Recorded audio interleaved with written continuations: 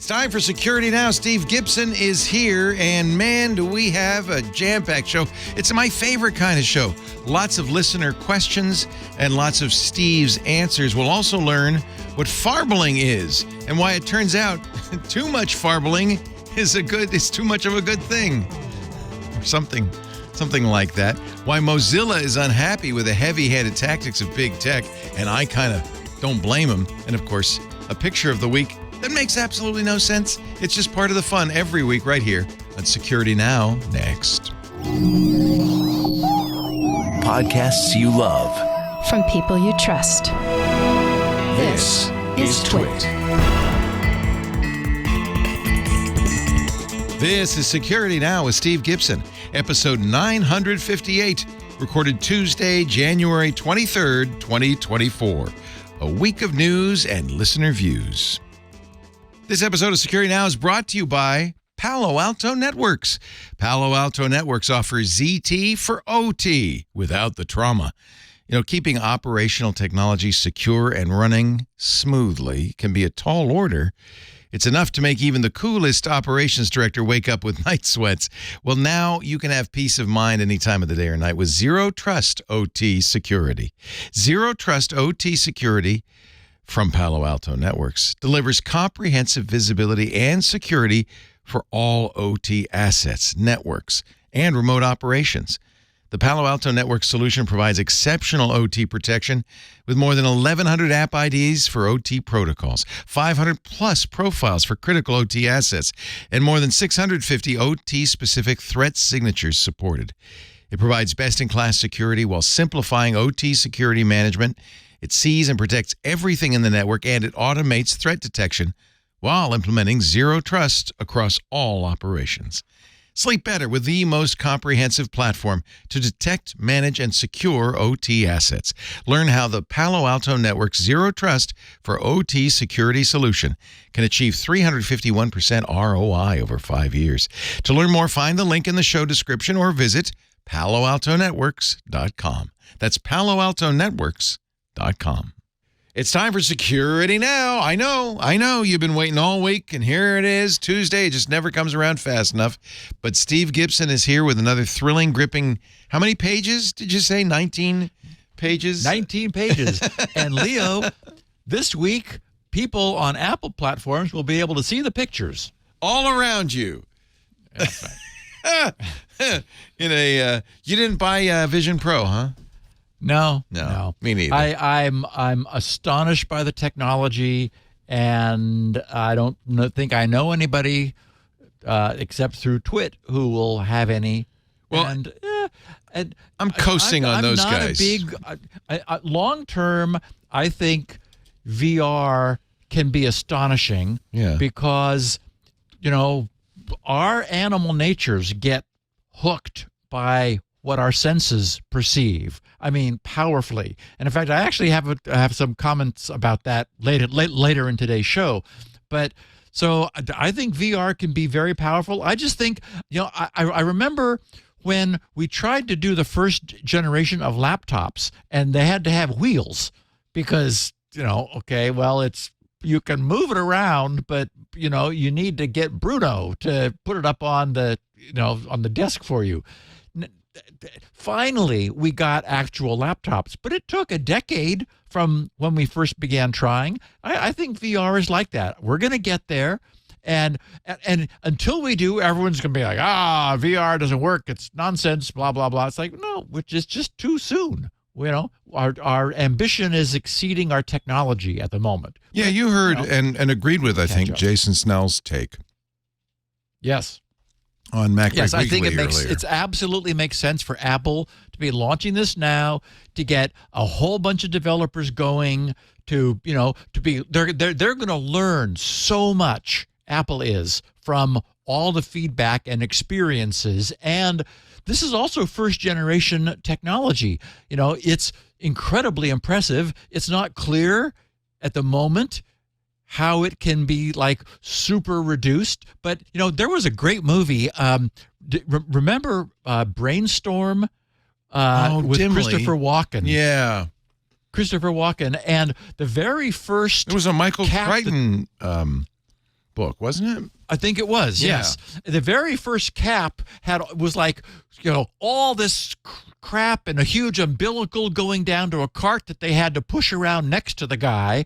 And through a succession of innovations, they reduced it to just a small little clip that you stuck on your head that still had the same effect. And yeah, we're going to get there. Yeah, we're we'll just get not there. there yet.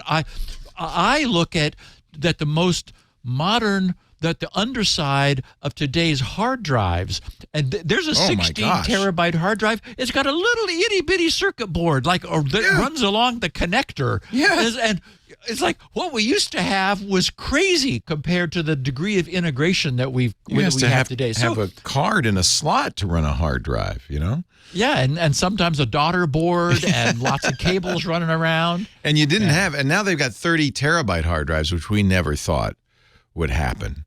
And I certainly bought those little ones. They ones. actually exist, Leo, because no one's ever managed to actually fill one. So how would we know? We wouldn't know. You got to run your little program on it and see. That's right.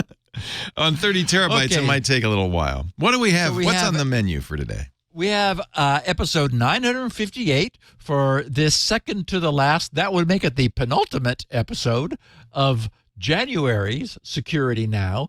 No single topic jumped out and grabbed me, so I titled this A Week of News and Listener Views. But that is not to say there's not a lot going on.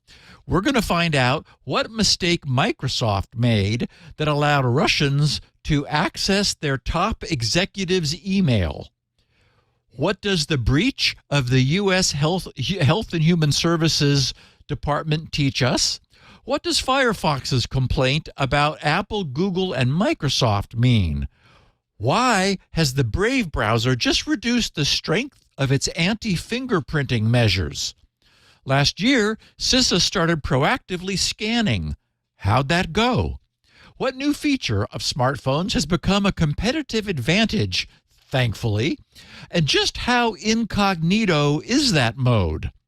Then we'll wrap up the week by looking at some of the best feedback from our listeners, including what's the future of fraudulent media creation? How should a high school listener of ours get started with computing? Why did a popular Android app suddenly become sketchy? What does Google's Privacy Sandbox allow websites to customize their presentations to their visitors? How might last week's LG smart washing machine have become infected? Does the Protected Audience API also protect its audience from malvertising? And why do big ISPs just pull the plug on DDoSes rather than attempt to protect them? And of course, we have a great picture of the week for our listeners to view, and I think another great podcast this week. So somebody's saying that Brainstorm was not a Crichton book. It sounded like one, though. It seemed like it would be. I'm going to have to watch that tonight. Maybe I'll watch it. It's a great. It's Christopher Walken. Also, Natalie Wood, Cliff Robertson, Louise Fletcher. What a cast! Fletcher's the one. Yes, it's got Nurse a great Ratchet's cast in it. Yeah, it is, and it's also. It's a very cautionary tale about VR. I mean, it is the early VR movie, the early VR sci-fi. And I'm tempted to say more, but if I don't want to spoil it for any of our listeners, because he does something. Well, there are two very controversial aspects of it. So anyway, said enough.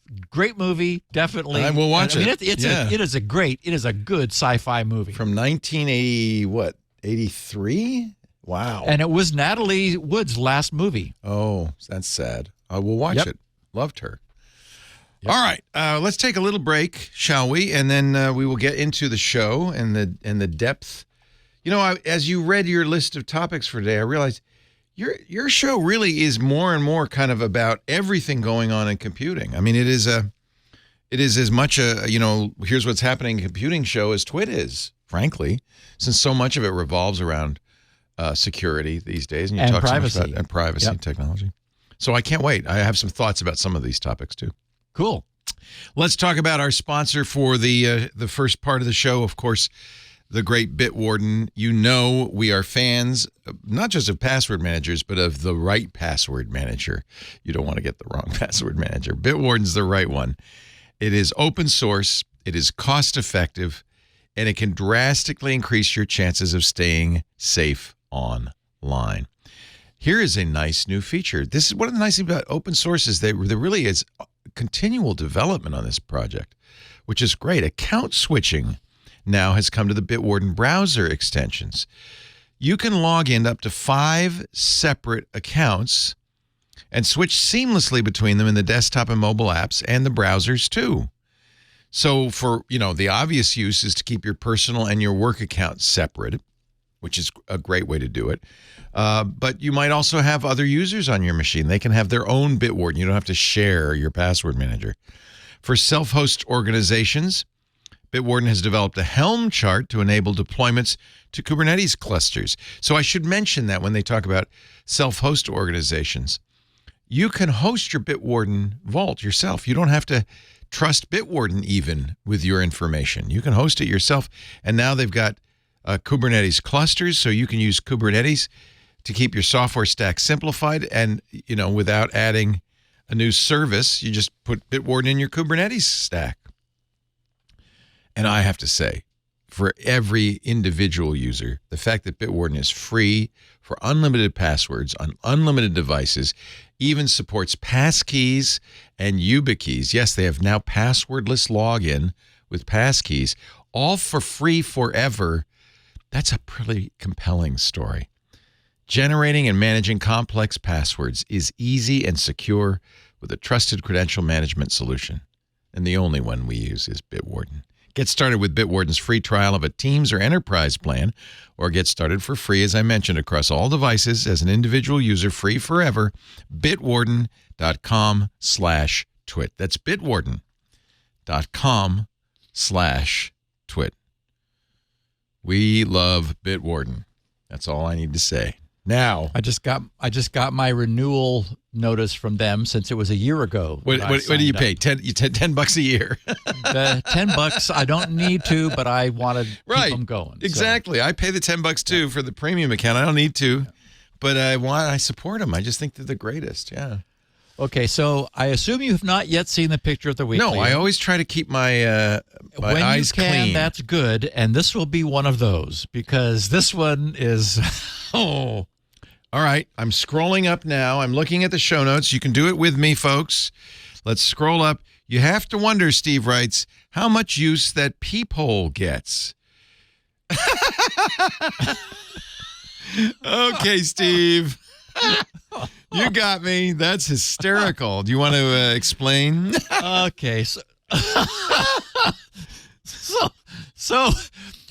we're all familiar with the little peephole that people have on their, like the doors of their residences, where there's some lensing so that, before you open the door to admit someone, you're able to stick your eye up to it and see who's standing on the other side. But that's usually on solid doors. Yes. Not on a door that is basically 4 large glass panes. It's like, what? That's pretty funny. And there's also a glass side panel. So even if the door was solid, you still have to be careful about how you approached the door. You couldn't approach from the left on the inside, or they'd see you walking, over to the door. That's very so funny. Anyway, so the point now, the only thing I could think, Leo, is that the door comes in glass or non-glass panel options. Yeah. So you could have had it where the whole thing was white with opaque white panels. Then the peephole would have mattered. So the peephole is probably there regardless of whether you get glass or not. But it does make for a funny picture because, who's and actually it'd be fun if the people who lived there actually had some fun with it. Like someone's knocking at their door, so they go over to the door and look through the peephole to see who it is. Oh, how funny. So, yeah. Anyway, thank you, our listeners. Our listeners are providing a constant stream of great photos that they think, okay, saw this and thought of you, Gibson. So, okay, last Friday the 19th, the rest of the world learned that Microsoft's top executives had fallen victim to a Russian state-sponsored password attack. Like what? Password? Which breached their email accounts.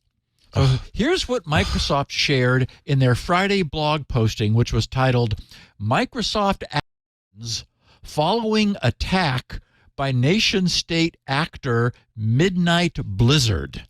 They wrote, the Microsoft security team detected a nation-state attack on our corporate systems on January. Now, this, a nation-state attack is how you dramatize the fact that somebody guessed your password. It's like, whoops. On January 12th, 2024, and the Microsoft security team immediately activated our response process. We pulled the chain. We said emergency only. Break glass and pull all the wires. Yeah.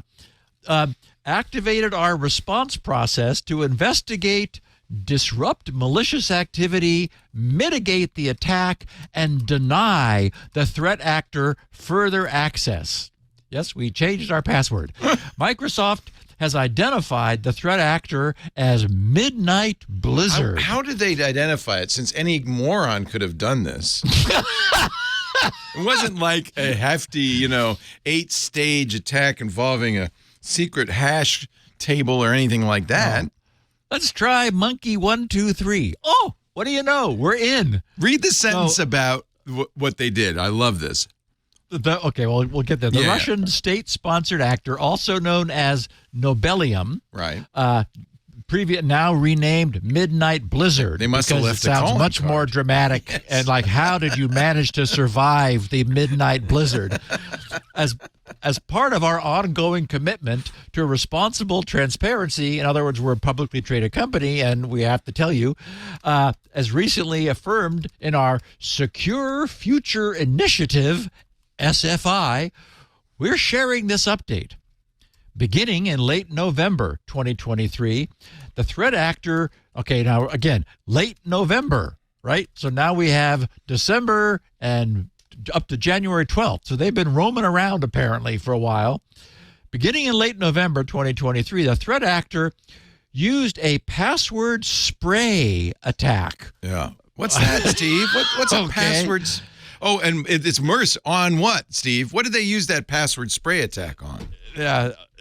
To compromise a legacy non-production test tenant account and gain a foothold.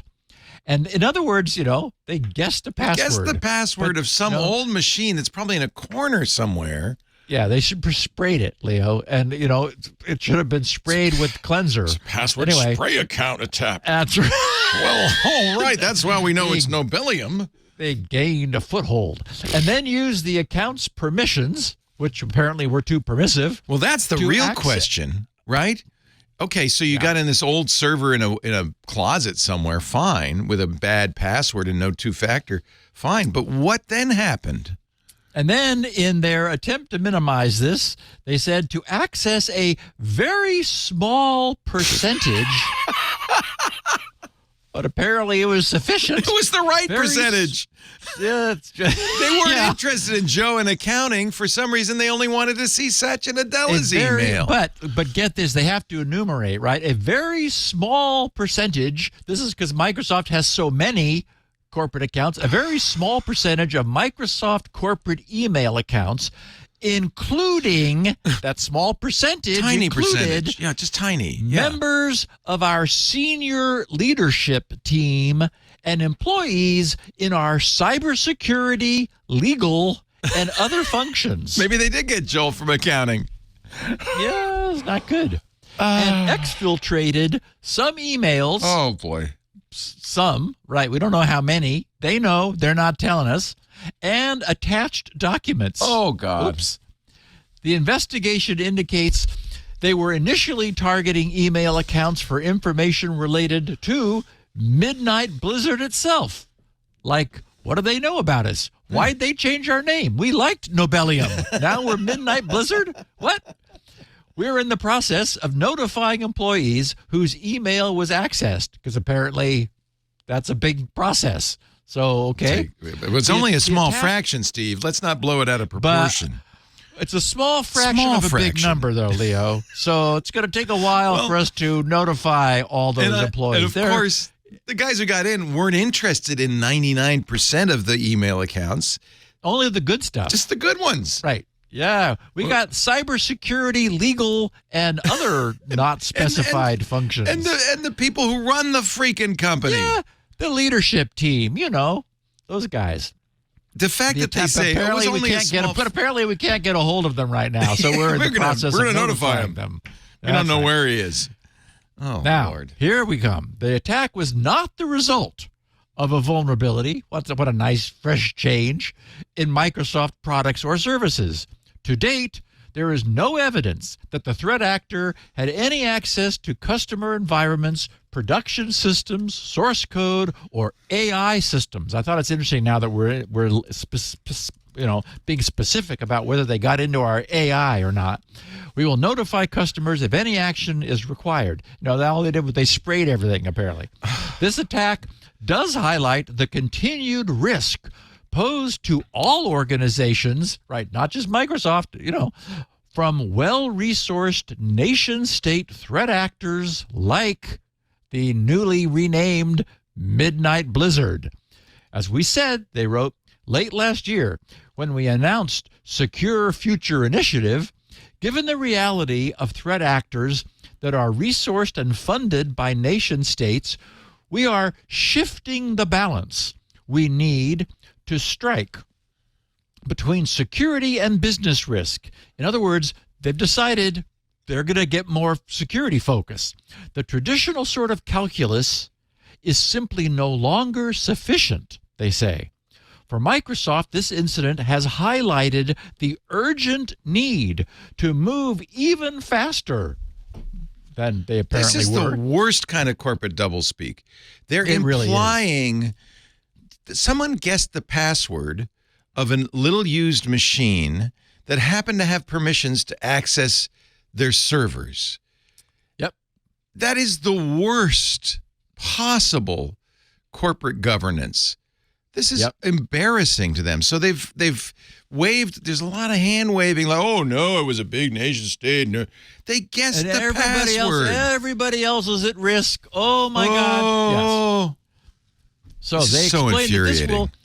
Yeah. So we will act immediately because we didn't before. So we're going to do it now to apply our current security standards to Microsoft-owned legacy systems and internal business processes, even when these changes might cause disruption to existing business processes. Well, this caused a disruption.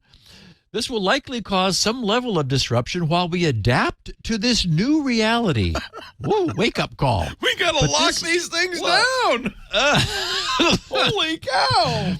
But this is a necessary step, and only the first of several we will be taking to embrace this philosophy. You know what I think? It was a PlayStation 2 in Satya Nadella's office.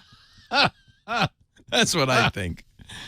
They're not telling us. That's right. They won't tell us. We are continuing our investigation and will take additional actions based on the outcomes of this investigation. We'll continue working with law enforcement and appropriate regulators.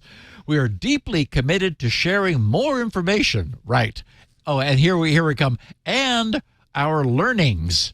We're going to get some more learnings sharing, Leo. Yeah. So that the community can benefit from both our experience and observations about the threat actor. We can't see them, of course, because it's midnight and there's a blizzard. We got a sketch, though.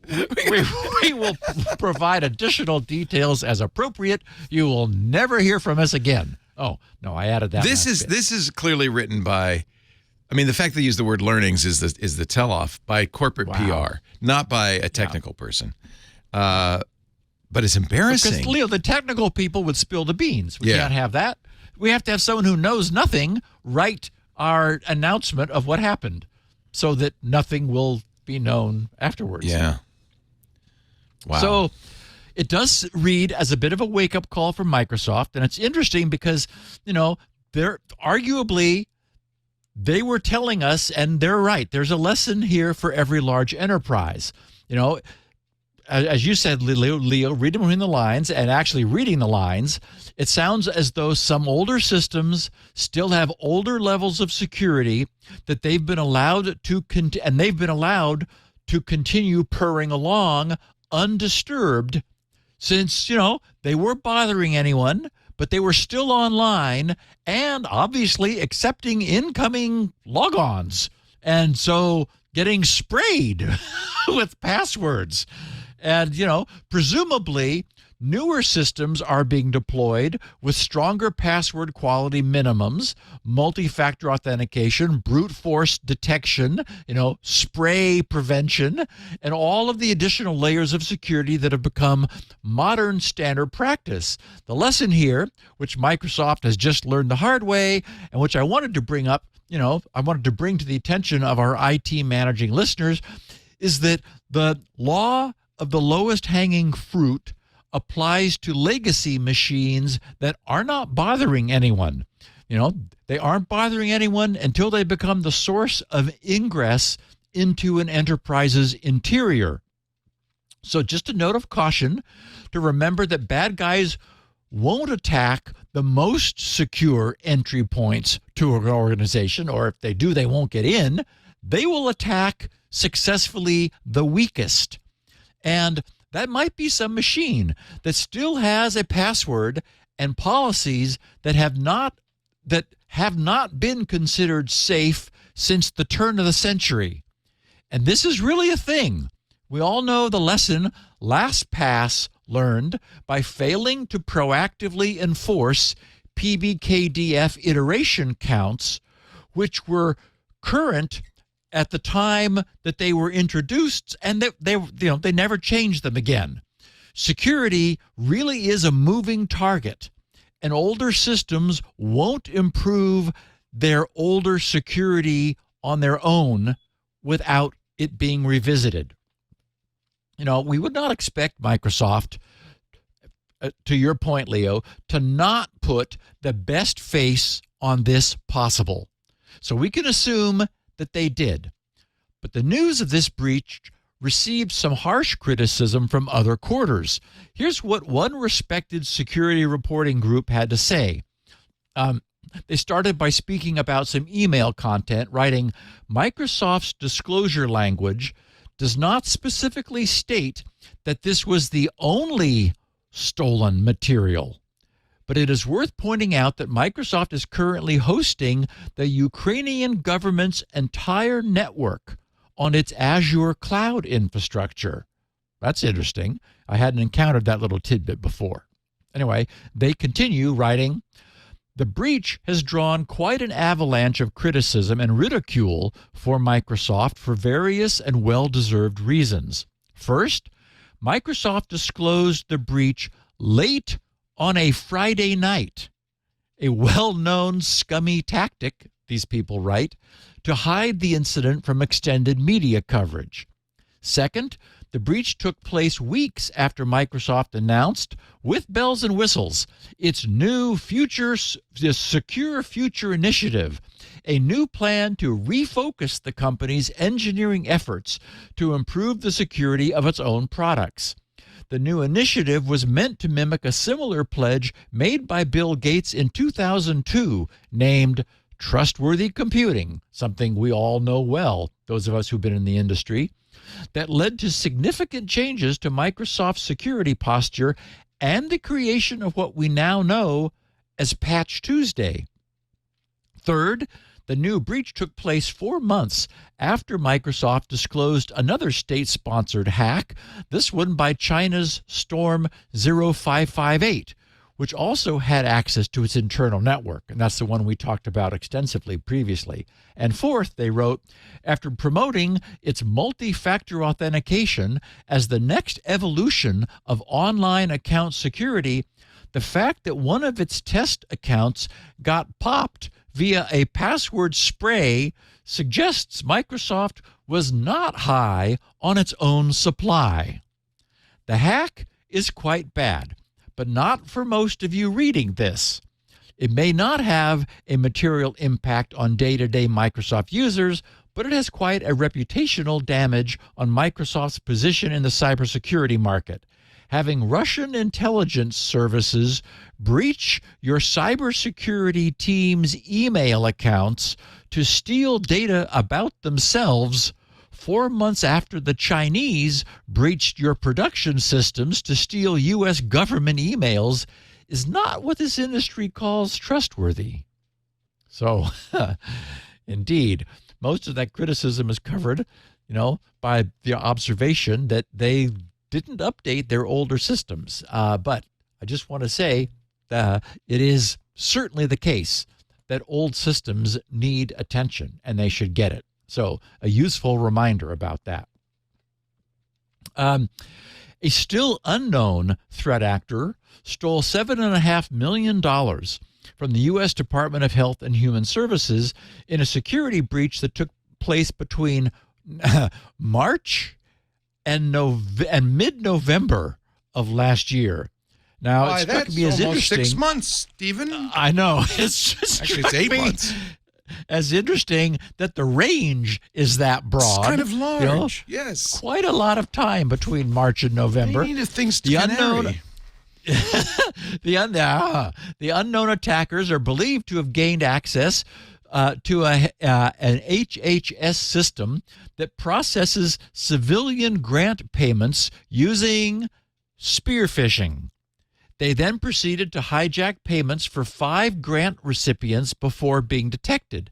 The investigation to identify the perpetrators is still underway. So our takeaway here is that once again, the human factor remains security's #1 Achilles heel.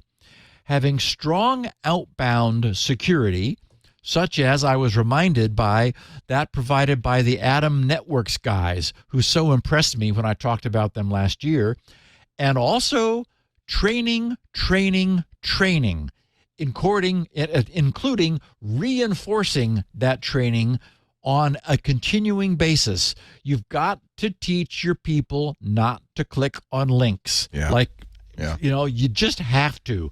And then what the Adams Network guys do is a great job on neutering the clicking of the link if someone still does. Right. So, it's so easy for a harried worker who has too much going on to click a link that they shouldn't. And, that's what happened here. Yeah, but Steve, when they use the devastating password spray attack, all bets are off. Right. You met my good friend Bob Basaraba, a Canadian.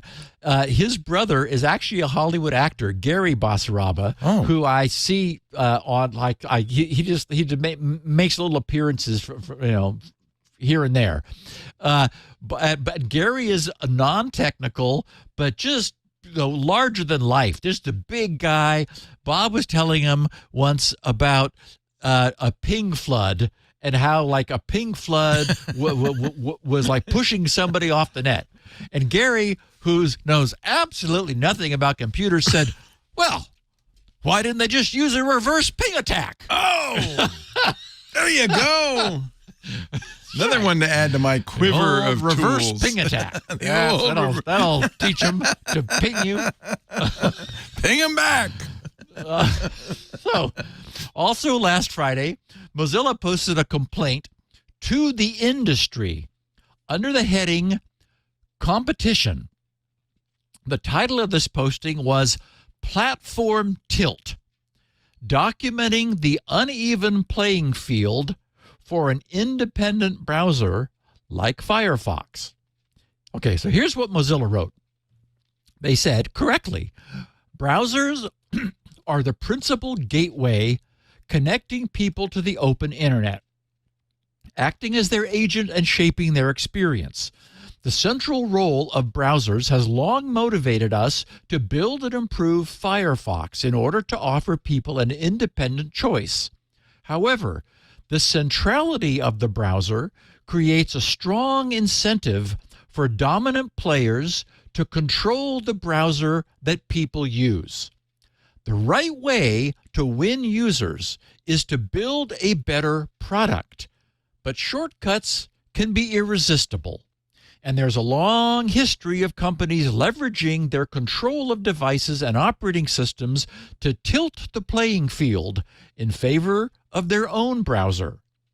This tilt manifests in a variety of ways. For example, making it harder for a user to download and use a different browser, ignoring or resetting a user's default browser preference, restricting capabilities to the first-party browser, or requiring the use of the first-party browser engine for third-party browsers.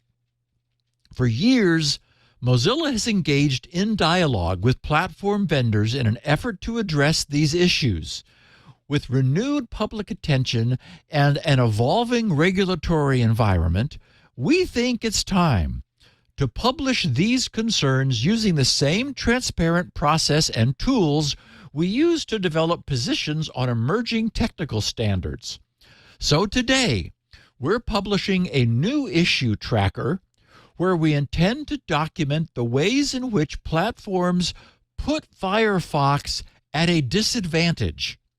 We wish to engage with the vendors of those platforms to resolve these issues.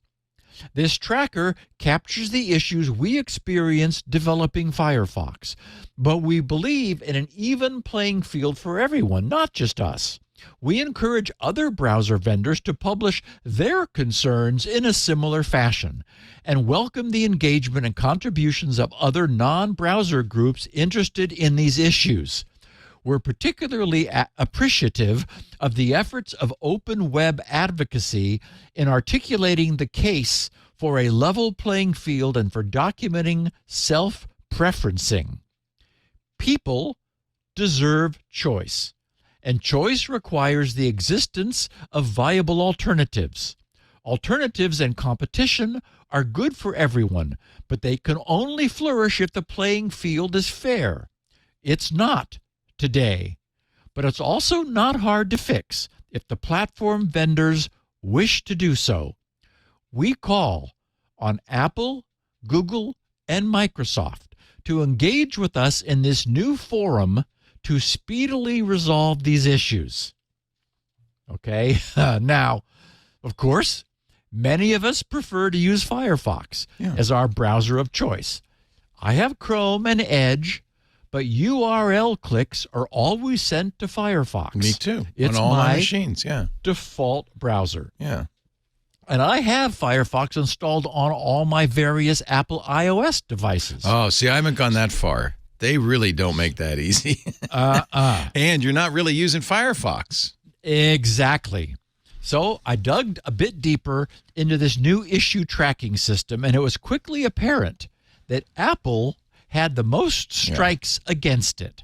At this moment, Mozilla is complaining about Apple Store forbids third-party browser engines, support for third-party multi-process applications on iOS, JIT, just-in-time compilation support on iOS, accessibility APIs on iOS, messages integration, importing browser data, setting and checking default browser, origin-based associated domains-dependent features for third-party browser engines, browser extension support, and beta testing support on iOS. Now, we know how heavy-handed Apple is. I'm an avid user of Amazon's Kindle readers and also of Amazon's Kindle app on iOS, where I use it on iPads and my iPhone. And it is a constant and ridiculous annoyance that Apple refuses to allow Amazon users to purchase books through the Amazon app. Absolutely. It is so dumb. It's necessary to use a web browser. Why? Because Apple has iBooks and cannot stand the competition. Well, they would let Amazon do it, but they would get 30% for it. And the Cory Doctorow was talking about this on Sunday. The margins on the books, the ebooks, is lower than 30%.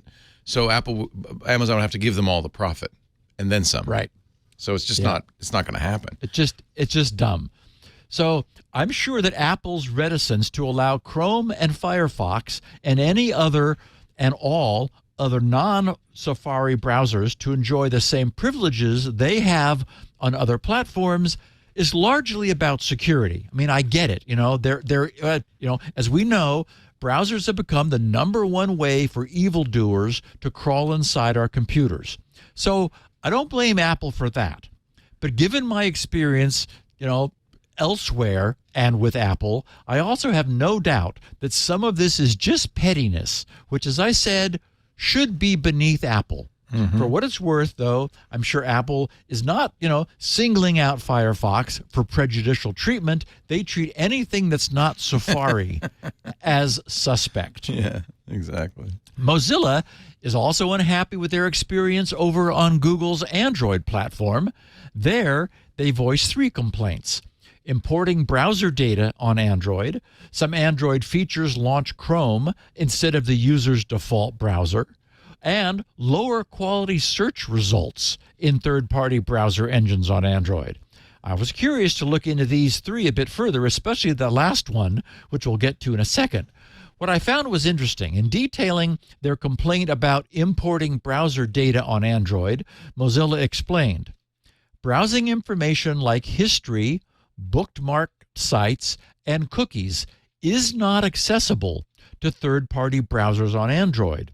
This data is kept within a web browser applications data directory, which is not directly accessible to third-party browsers, and there's no API or content provider to enable it to be imported.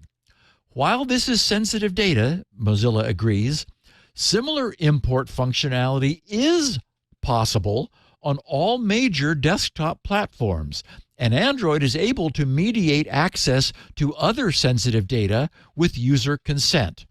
Not being able to import data creates significant friction to change from Chrome. A user should be allowed to bring their data with them to another browser. And I think that seems like a legitimate complaint and a slippery way for Google to give Chrome an anti-competitive edge over any other browser its user might wish to switch to. And the second issue raised, some Android features launch Chrome instead of the user's default browser. That seems even more insidious. Mozilla explains, features like Google Search or Discover in the pre-installed Google application ignore the user's default browser choice. Links to websites outside of the application are always opened in Chrome, regardless of the default browser. This is a widely used application, they say, Mozilla says, with additional entry points from built-in features such as the search bar on the home screen and app launcher. Each time it opens a link in Chrome, a user is driven away from their default browser.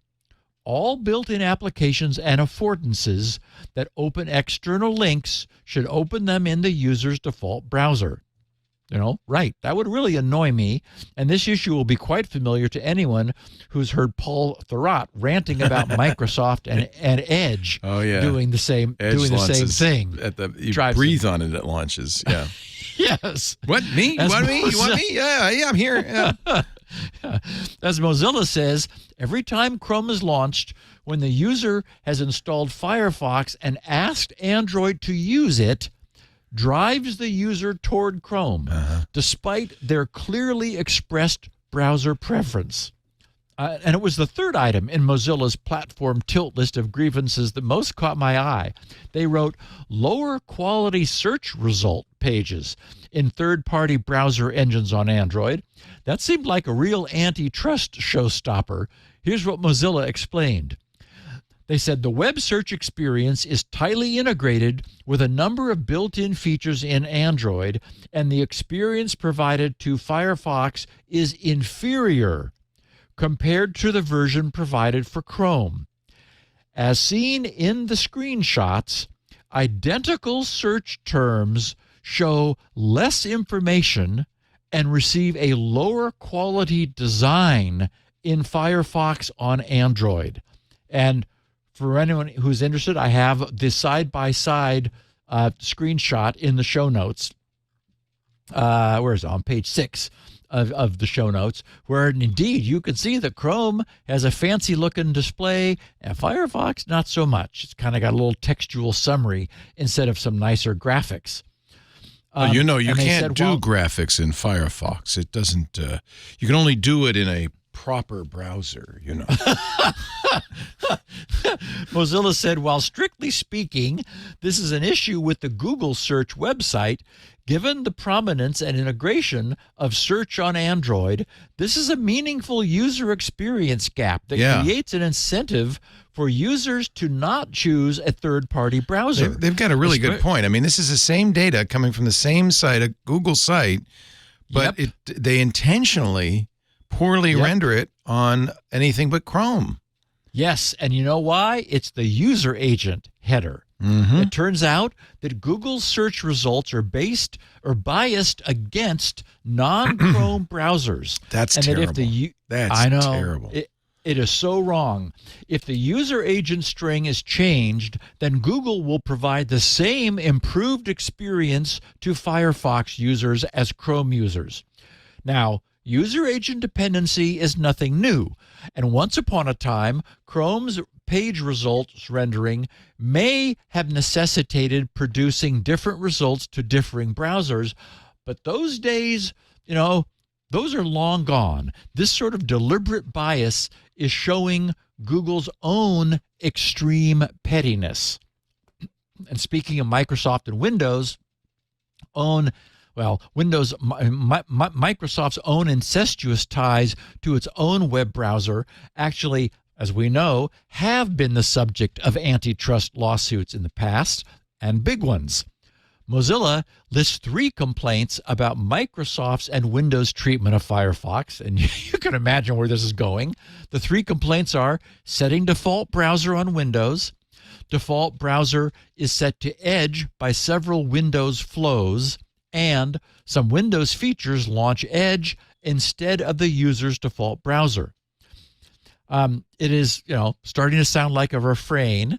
Under setting default browser on Windows, Mozilla writes, allowing a third-party browser to programmatically set itself as the default is an important platform feature. Without this, even after the user has installed the browser of their choice, they must navigate operating system settings and make the choice there as well. This adds friction and creates inertia to continue using Edge despite the user's obvious preference.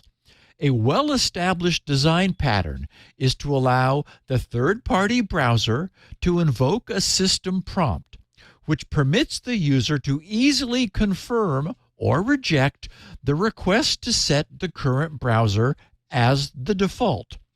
This is an intuitive user experience that mirrors similar permissions models used in operating systems, browsers, and web applications. Android and Mac OS offer such a capability. Unfortunately, Windows does not support anything like this for third-party browsers. Browsers are forced to deep link into the Windows settings UI. On Windows 10, this requires several clicks and a double confirmation in the settings UI. On Windows 11, there is a Set Default button. Neither is sufficient. Windows should instead provide a method for third-party browsers to programmatically request they be set as the default. And to that, I'll just say, yup. This is the traditional way that we've all historically experienced the addition of a third-party browser being installed. The browser notices that it's not currently the system's default URL handler and asks its user whether they would like it to switch them over to using this browser instead. The user says, yes, please, or no, thanks, and it's done. But no longer. Microsoft exhibiting the same pettiness we see from Apple and Google, clearly wishes to hold on to the use of Edge every way possible. As I sit in front of Windows 10, I'm periodically reminded of just how much my life could be improved if only I would allow their Edge browser to service my needs. No, thank you. And speak of the devil, here's Mozilla's second complaint. In general, the Windows 10 and 11 operating systems have persistent messaging that Microsoft Edge is the recommended browser for Windows and offer affordances to change the default browser to Edge. In some cases, the wording is misleading, asking a user to adopt recommended browser settings, which does not obviously suggest a default browser change. This messaging is a moving target, with examples added and removed from Windows over time, often on UI surfaces that appear automatically on update or otherwise, making it difficult to enumerate specific examples. Right, so they become quite slippery. In all cases, Mozilla says, these Windows components are able to change the user's default browser directly and are not forced to use MS settings protocol deep linking that browsers are required to use. Windows should consume the same affordances and APIs that are available to third-party browsers for setting to default. Yep. Just another of the many reasons I am perched in front right now of my trusty and crusty old Windows 7 system. You know, I'm subjected to none of that extraneous crap. Okay, and lastly, Mozilla says there are at least 3 prominent Windows features that open URLs in Microsoft Edge and not in the current default browser. The user's default browser choice should be respected when web pages are opened by built-in operating system features. The first is Windows Search, also known as Start Menu Search, and formerly known as Cortana. The UI for this feature is represented by a taskbar search box or search button, depending upon the user settings, and a search suggestions/results UI that appears when activated and updates as the user types. The suggestions and results UI also appears if the user starts typing when the start menu is open and by the Win+S hotkey. All links from this UI, whether they initiate web searches or link directly to articles or results, open in Microsoft Edge, regardless of the user's default browser. The second is the new Windows Copilot, currently only available on Windows 11, which appears as a docked window on the right side of the screen. If Copilot produces links in its responses or offers other links within its rendering area, these links open in Microsoft Edge, regardless of the user's default browser. Third, there are Windows widgets, which are called News and Interest on Windows 10, and a UI surface which can be activated by a taskbar button. These show information like news, weather, stocks, and support scores. On Windows 11, new widgets can be added from third parties. Regardless, all links to a web page from widgets will open in Microsoft Edge, regardless of the user's default browser. So, okay, in summary, what we have for Mozilla is highlighting and detailing pervasive pettiness and, not playing fair on the parts of Apple, Google, and Microsoft. It's not like they absolutely refuse to accept a default, to accept a browser change. That would probably get them in some serious hot water, right? Instead, it's like, oh yeah, you can install a browser, and then they do everything they can not to really let the user use the browser, not the way they obviously could if they wanted to. Clearly not playing fair. So, Leo, what do you think is behind this? Is this It does seem like gearing up for a little antitrust activity here? Yeah. Is Microsoft seeing their market share dwindle? It's hard to explain because with Edge, they had an opportunity in the early stages, and Paul Thurrott's always saying this, to say, hey, we're a better Chrome than Chrome.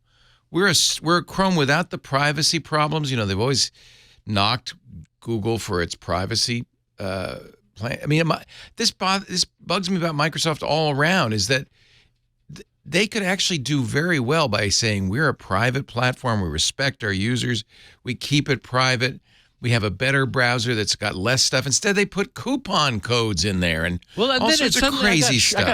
I got shopping crap on. Yeah. It's like, what the heck? And so they don't need the money, except Apple doesn't need the money by, charging 27% instead of 30% if Kindle uses its own Amazon link. These companies are greedy. I think really what's happening, and we're seeing it again and again, we're seeing it in big tech, but we're also seeing it in our politics, where people go, I don't care if you don't like it. It doesn't matter. Right. I'm going to do what I want to do. You're right. Screw it, and the heck with the FTC. Basically abusing the power that they have. We're going to abuse the power. They have the power. They're going to abuse the power. And they no longer care about governments. They no longer care about users. They care about profit. It's very disappointing. Microsoft knows nobody has a choice. They're like forcing people up to newer versions of Windows, and those newer versions of Windows are increasingly creating lock-in. The thing that's frustrating is they don't need to do this, and they could do so well for themselves if they said, no, it's a better Chrome than Chrome. We're privacy-focused. We don't need to do all of that. You own the computer. You own the platform. They would, I think, do better by doing that. And so it's baffling. Look at Chrome's market share. I mean, they're dominant. My wife has Chrome on Windows 10. Of course she does. Because she doesn't, and she keeps complaining about this Bing, and like it keeps binging her. She says, how do I stop this? Yeah. It's obviously unfathomable. Not working. Yeah. It's just but I honestly think that these companies have gotten to the stage where they don't care, and they just don't need to.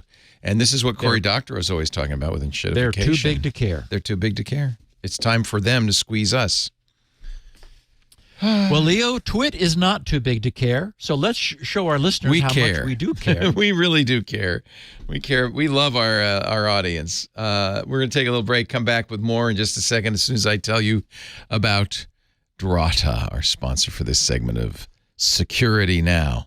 Drata solves a problem I think a lot of companies these days are suffering from, which is audits and manual evidence collection. With Drata, companies can complete audits, they can monitor controls, they can expand security assurance efforts to scale, and they can do it automatically and easily. In fact, the real question is, why aren't you using Drata now? With a suite of more than 75 integrations, Drata works with everything you already know. It streamlines your compliance frameworks. It gives you 24-hour continuous control monitoring so you can focus on scaling securely. Drata easily integrates with all of the applications you use, AWS, Azure, GitHub, Okta, Cloudflare, and I can go on and on and on. Drata's automated dynamic policy templates are great for companies that are new to compliance. It makes it easy to collect evidence automatically. And as you were just talking about, Steve, they also focus on employees. They have integrated security awareness training programs and, just as you said, automated reminders to continually keep the employees on their toes and to smooth employee onboarding. Oh, one other thing that all of Security Now listeners are going to be absolutely interested in. Drata is the only player in the industry to build on a private database architecture. That ensures your data can never be accessed by anyone outside your organization. All Drata customers get a team of compliance experts, including former auditors with hundreds of hours of experience under their belt. You get a designated customer success manager. You get pre-audit calls to prepare you for when your audit begins. There's so many reasons you should be using it. One more, Drata's Audit Hub. Auditors love this. You'll love this. It's the solution to faster, more effective audits. You can save hours of back and forth communication. You'll never misplace crucial data because it's all in the audit hub, and it makes it very easy to share documentation with your auditor. Say goodbye to manual evidence collection. Say hello to automated compliance when you visit drata.com/twit. When you get there, request a demo, you get 10% off. drata.com/twit. Bringing automation to compliance at Drata speed. This is the thing you need. Steve, it is your turn once again. So, meanwhile, last Thursday, the Brave browser, which is super popular among those who are truly privacy and anti-tracking concerned. That's the one Paul Thurrott likes. Yep. Notified its users that Brave would be reducing the strength of its anti-fingerprinting protections. That's weird. Under the heading, Brave browser simplifies its fingerprinting protections, the Brave team wrote, with desktop and Android version 1.64 in a couple of months and in today's nightly release for testing, Brave will sunset strict fingerprinting protection mode. This does not affect Brave's industry-leading fingerprinting protection capabilities for users. What? Instead, it will allow us to focus on improving privacy protections in standard mode and avoid web compatibility issues. Okay, now they say Brave will sunset strict fingerprinting protection mode and then immediately follow that with, this does not affect Brave's industry-leading fingerprinting protection capabilities for users. What?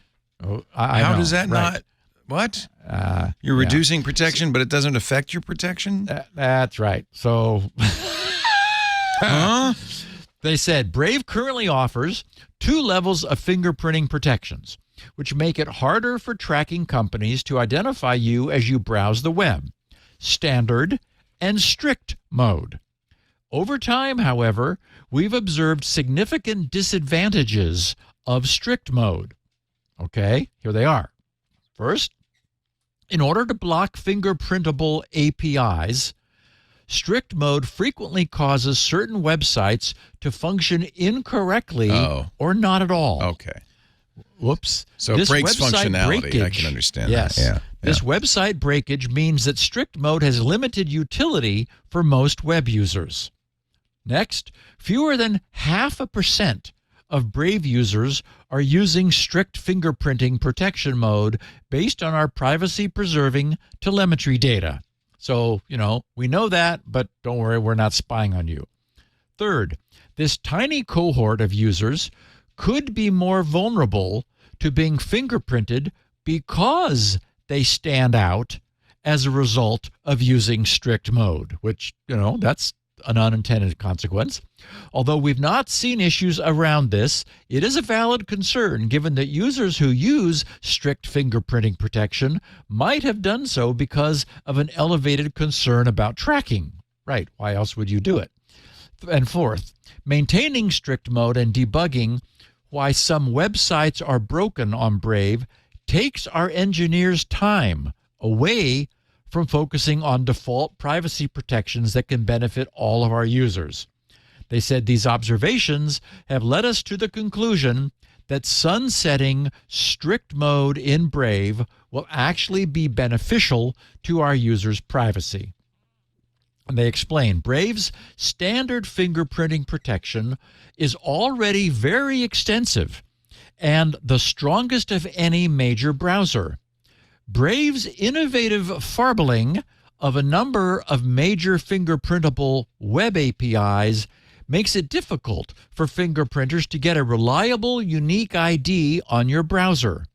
Going forward, we will continue to strengthen and expand Brave's standard fingerprinting protections so that all our users have ever-improving protection against fingerprinters, while maintaining the highest possible level of compatibility with websites. Okay, first of all, you did hear me use the term farbling. I have no idea where they came up with that, but okay, I tracked it down. and it's Brave's term for introducing some random jitter noise into the values being returned by the web APIs that are commonly used for fingerprinting. Those APIs are the Canvas API, WebGL, WebGL version 2, the WebGL extensions, the contents of the browser's user agent header, Web Audio, the browser's plugins, hardware concurrency, the enumeration of system devices, both their ordering in the enumeration and their labels and IDs, and the user's dark mode setting. Since I was curious and knew our listeners would be too, I tracked down the difference between Brave's soon-to-be discontinued strict anti-fingerprinting mode and the mode that all Brave browser users will be left with. So here's how Brave describes the two modes. They said, Brave has two levels of fingerprinting protections. In the default standard configuration, Brave adds subtle noise to APIs commonly used to fingerprinting scripts. Fuzzing. Without breaking websites. Interesting. And will provide good protections against web-scale online trackers. Brave also includes a strict option. When set to strict mode, Brave only returns random values from APIs commonly used by fingerprinters. This provides a higher level of protection against highly determined attackers who may attempt statistical and/or targeted attacks to identify users. This mode will also break websites who depend upon these features to work correctly. So it's fuzzing versus farbling, I guess you could. Well, actually, I would say that the milder standard mode uses, farbling. Dare I say, only moderate farbling of API values, which do not cause website issues because only some of the least significant bits are being farbled. Well, But- there you go. Well, yeah, that's what you want in your least significant bits, is a little bit of farbling. Farbling. But what strict mode does is to entirely discard the true API values and replace them with fully random values for these API calls that bear no resemblance to reality. Of course, that's going to break stuff. Yes. Yeah. My reading of this is that the original designers of Brave's anti-fingerprinting technology probably got their farble turned up too high. Oh, I hate it when that happens. You do not want that, they've probably thought, Set farble to stun. if a little farbling is good, just how great More it would is be better. if we just farbled the crap out of this. But apparently, after gaining more experience with this, they learned that some websites became quite upset when they were over-farbled. You never want to over-farble, Yes. but especially not on a school night. Oh, yes. Anyway. And actually, I can see how the statistical analysis they refer to could theoretically be a problem, since over time, the results from a low and safe level of farbling could be averaged out to obtain the true value around which the farbled values are clustered. But on balance, I wouldn't worry about that too much. I think Brave is doing the best they can while not causing more trouble than the farbling is worth. So, elimination of Brave's strict mode sounds like a good thing. Actually, they made a really interesting point, which is that so few people use the strict mode, it itself could be a form of fingerprinting. Yes. I thought that's fascinating. You want to be in the herd. You don't want to be the one out on the outlying edges of the You don't herd. want to be singled out. Yeah, yeah. And so if they saw someone's browser that's like producing wildly bizarre values, they'll go, aha. We have an weren't oval sure. farbler. We weren't sure, but this guy's over-farbling, and there aren't that many of them out there. Yeah, that's really, Right. That's actually a fascinating insight into how this stuff has to work. You cannot de-fingerprint people by doing things that only a handful of people do, because then they get identified. It's really interesting. Huh. Good on Brave. You know, it sounds like they did the right thing. Yep, I think so too. And we have added a word to our lexicon, Leo. They mean fuzzing, right? I mean, that's fuzzing. I could have named the episode. You should have named it. Never over farble. On a school night. That's right, on a school night. You should have named it that. That's it's not too late to change, Steve. We can work it. Okay, so coming up on a year ago, in the middle of March 2023, I noted and was quite glad to share that CISA, our already very proactive U.S. cybersecurity and infrastructure security agency. I never thought I was going to be able to just have that roll off the tongue, but cybersecurity and infrastructure security agency. Next is Roskomnadzor, and then you'll be the king. Was launching an even more proactive initiative. They called it the Ransomware Vulnerability Warning Pilot, and thank God they didn't try to make the abbreviation pronounceable. It's RVWP, so they're not Google. Yeah. And they described it this way. They said, this is back in March, organizations across all sectors and of all sizes are too frequently impacted by damaging ransomware incidents. Many of these incidents are perpetrated by ransomware threat actors using known vulnerabilities. By urgently fixing these vulnerabilities, organizations can significantly reduce their likelihood of experiencing a ransomware event. In addition, organizations should implement other security controls as described on stopransomware.gov. However, most organizations may be unaware that a vulnerability used by ransomware threat actors is present on their network.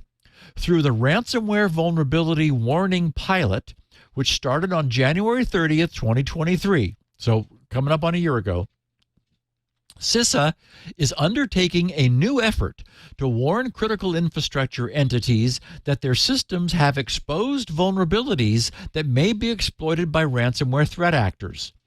As part of RVWP, CISA leverages existing authorities and technology to proactively identify information systems that contain security vulnerabilities commonly associated with ransomware attacks. Once CISA identifies these affected systems, our regional cybersecurity personnel notify system owners of their security vulnerabilities, thus enabling timely mitigation before damaging intrusions can occur. CISA accomplishes this work by leveraging its existing services, data sources, technologies, and authorities, including CISA's Cyber Hygiene Vulnerability Scanning Service and the administrative subpoena authority granted to CISA under Section 2209 of the Homeland Security Act of 2002. As our listeners know, I'm 100% behind the idea of having the good guys proactively scanning for vulnerabilities. We know that the bad guys are. So to the good guys, my only question would be, what took you so long? Anyway, CISA just published their 2023 year in review, and it contained some gratifying news of the results from the first year of this pilot program, which I hope they can remove the pilot from it. During this first year, CISA sent out more than 1,200 notifications to U.S. and international organizations, notifying them of early-stage ransomware activity on their networks. CISA also sent 1,700 notifications to organizations that had systems vulnerable to common ransomware entry vectors. In other words, the U.S. is finally proactively scanning the public internet for vulnerabilities. Together, this totals an average of 8 such notifications sent every day of the year last year. And it's difficult to imagine that anyone would blow off a notification from this U.S. agency saying that they've already found evidence of an existing network intrusion or of an existing public-facing vulnerability. So, bravo, CISA. Yay. I'm looking for farble.com or perhaps Farbled. Well, Leo, you do not want to look up Farble in the Urban Dictionary. Oh, is there actually a word? Oh, I made that mistake. No. You will not want to know what it is to farble. Okay. So says the Urban Dictionary. Okay, and I good. now know that all of our listeners are doing so. Oh, Sorry boy. for bringing it up. Yeah. Oh, you managed to withhold that information until later in the show. Okay. So, in news of a growing and necessary trend, which we've been seeing recently, Samsung's just launched S24 series of smartphones will be receiving 7 years of software and security updates. That was good news. Yes, that's an increase from the company's previous smartphone coverage, which was 5 years. So Samsung joins Google to be the only vendors to offer 7 years of security updates for their Android devices. And the best news of all is that this suggests that the longevity of security support has finally become a recognized competitive advantage. That's nothing less than a big win for consumers and 100% great news. Remember that we were recently talking about the lawsuit against Google over the consumer's misunderstanding, I'll put that in air quotes, of the protections provided by Chrome's incognito mode. Remember, it turned out it wasn't as incognito as we thought. In response to that, Google is changing the text that appears in Chrome's incognito mode.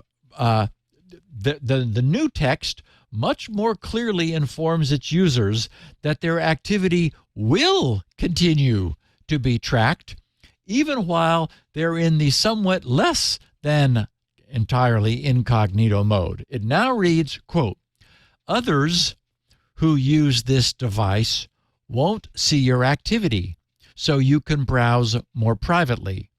This won't change how data is collected by websites you visit and the services they use, including Google. Downloads, bookmarks, and reading list items will be saved. Learn more." And then you can click if you want more information. So anyway, they decided maybe we need to be a little more clear about that. I wanted to acknowledge that I received all our listeners many notes that for reasons I think I understand now, the images contained within the previous 2 weeks of show notes were not visible to users of Apple's iOS and Mac OS devices. Oh, that's interesting.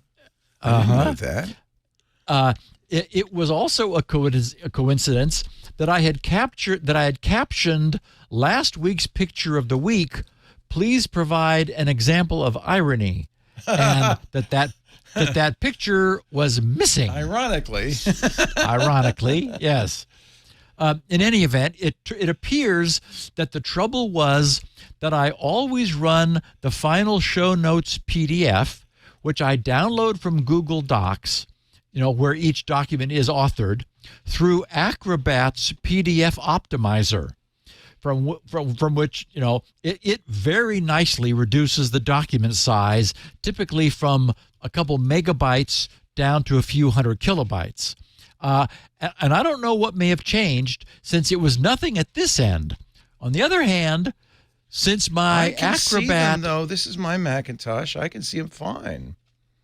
Last week? Yeah. That's interesting because I verified on my oh wait, no, I know why, because I fixed them. Well, yes, but this is the attachment in your email, so this would have been the thing that you sent to me. That's you're right. That would have, and that should have been broken. And I verified that I'm viewing it in the browser, and let me see if I can view it in Apple's preview, because as you know, I save all of your show notes because God knows I wouldn't want to lose any of them. Well, you want to feed them into some AI and have them, Yeah, I did do that, by the way, and it was not satisfactory. Don't you're safe. No, yeah, it works. I'm looking. Looking on my, this is on my Mac, both in preview and this is the one you attached to your email, so it's the original. Well, and my in the iOS, Firefox. I have an iOS device, and indeed, it did not show the pictures originally. iOS, not Mac. Well, I was told Mac, but apparently that's a Mac. Let me look on my iOS. Yeah. Huh, that's interesting. Anyway, my Acrobat, of course, is version 9 with a copyright of 2008. Which, by the way, should make it more compatible, not less. I know, except that, so what I believe, because nothing else happened, nobody else complained, obviously you're able to see it elsewhere. I think I had it set back to version 5 PDF compatibility. I think Apple decided to stop supporting some feature of older PDFs. Yep, here it is on my iPhone. There's a blank where it should be a clear visual example of irony. Okay. Yep. All right. Yep. So on the Mac it's okay, but apparently on iOS they don't. And I did find and fix the problem. So all of our listeners, both retroactively for those previous 2 weeks and also going today and in the future, well past 999, we will have pictures. I'm going to open it in some other app on iOS. You're really curious about this, aren't you? Yeah, because this is the kind of thing I'm going to get calls about down the road. So I just want to make sure that, like, if I have a workaround that, if you open it in Google Drive, you'll be able to see it. Then that would be, let me see. I'm going to upload it to Google Drive, and then open it. And no, still it's a blank. Yeah. So I think it's. Yeah. Oh, really? Well, wait a minute. Let me. So when displayed on an iOS device. Yeah. Then maybe that's it. But let's see. Here's the Google Drive, and I just uploaded it. All right. Let's see if I can read that. Oh, did you see that? I did. That was interesting. The thumbnail was there.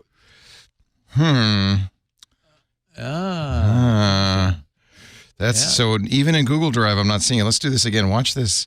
Yeah, did you see it? Briefly, it showed up. Yep. Yeah, I don't know what that means. Oh, well. I'll leave the detective work to your fine forum members at grc.com. It's fixed. Leo, we're going to start our Q&A, so let's do our last sponsor, and then we will got some neat feedback from our listeners. Okay, good. That's great. Always enjoy that part. This part of the show brought to you by Collide. I've talked about Collide many times. I probably don't even have to do this ad because you're going to remember exactly what I said, right? All right, well, just in case you don't. You know what I'm talking about. What do you call an endpoint security product that works perfectly but makes users miserable, right? Useless. A failure. So the old approach to endpoint security is to lock down employees' devices and roll out changes through forced restarts. Or maybe you go down the hall and you say, get out of my way, I need to update this thing. That just doesn't work. IT's miserable because you get a mountain of support tickets. Employees, this is actually the worst case scenario, start using personal devices just to get their work done. And, of course, they're completely insecure. Oh, and maybe this is the worst case. The executives, they opt out the first time it makes them late for a meeting. I'm not using that crap. You're done. You can't have a successful security implementation unless you get the end users to work with you to like it, right? And that's what's so great about Collide. It's a user-first device trust solution that notifies the user as soon as it detects an issue on their device. You've left your SSH private keys in your download folder unencrypted, or you're not running the firewall, or you've got a very old version of Plex on here. I don't think it's secure. And then tells the users how you can solve it without having IT intervene. Users feel good. They go, yeah, I fixed it all by myself. Plus, they're now part of your team. They're not working against you. They're working with you. And most importantly, from your point of view, untrusted devices are now blocked from authenticating. The users can get in, but not those devices until the users fix it. It's great. The analogy they use is like when you go to the airport, you identify yourself with the TSA. Here's my driver's license, and you run your luggage through the metal detector. But it's as if, when you're using Okta, you're I'm me, but you don't run the luggage through the detector. Collide makes sure those devices are secure and it's the right user. It's designed for companies that use Okta, works on every platform, Mac OS, Windows, Linux, all mobile devices.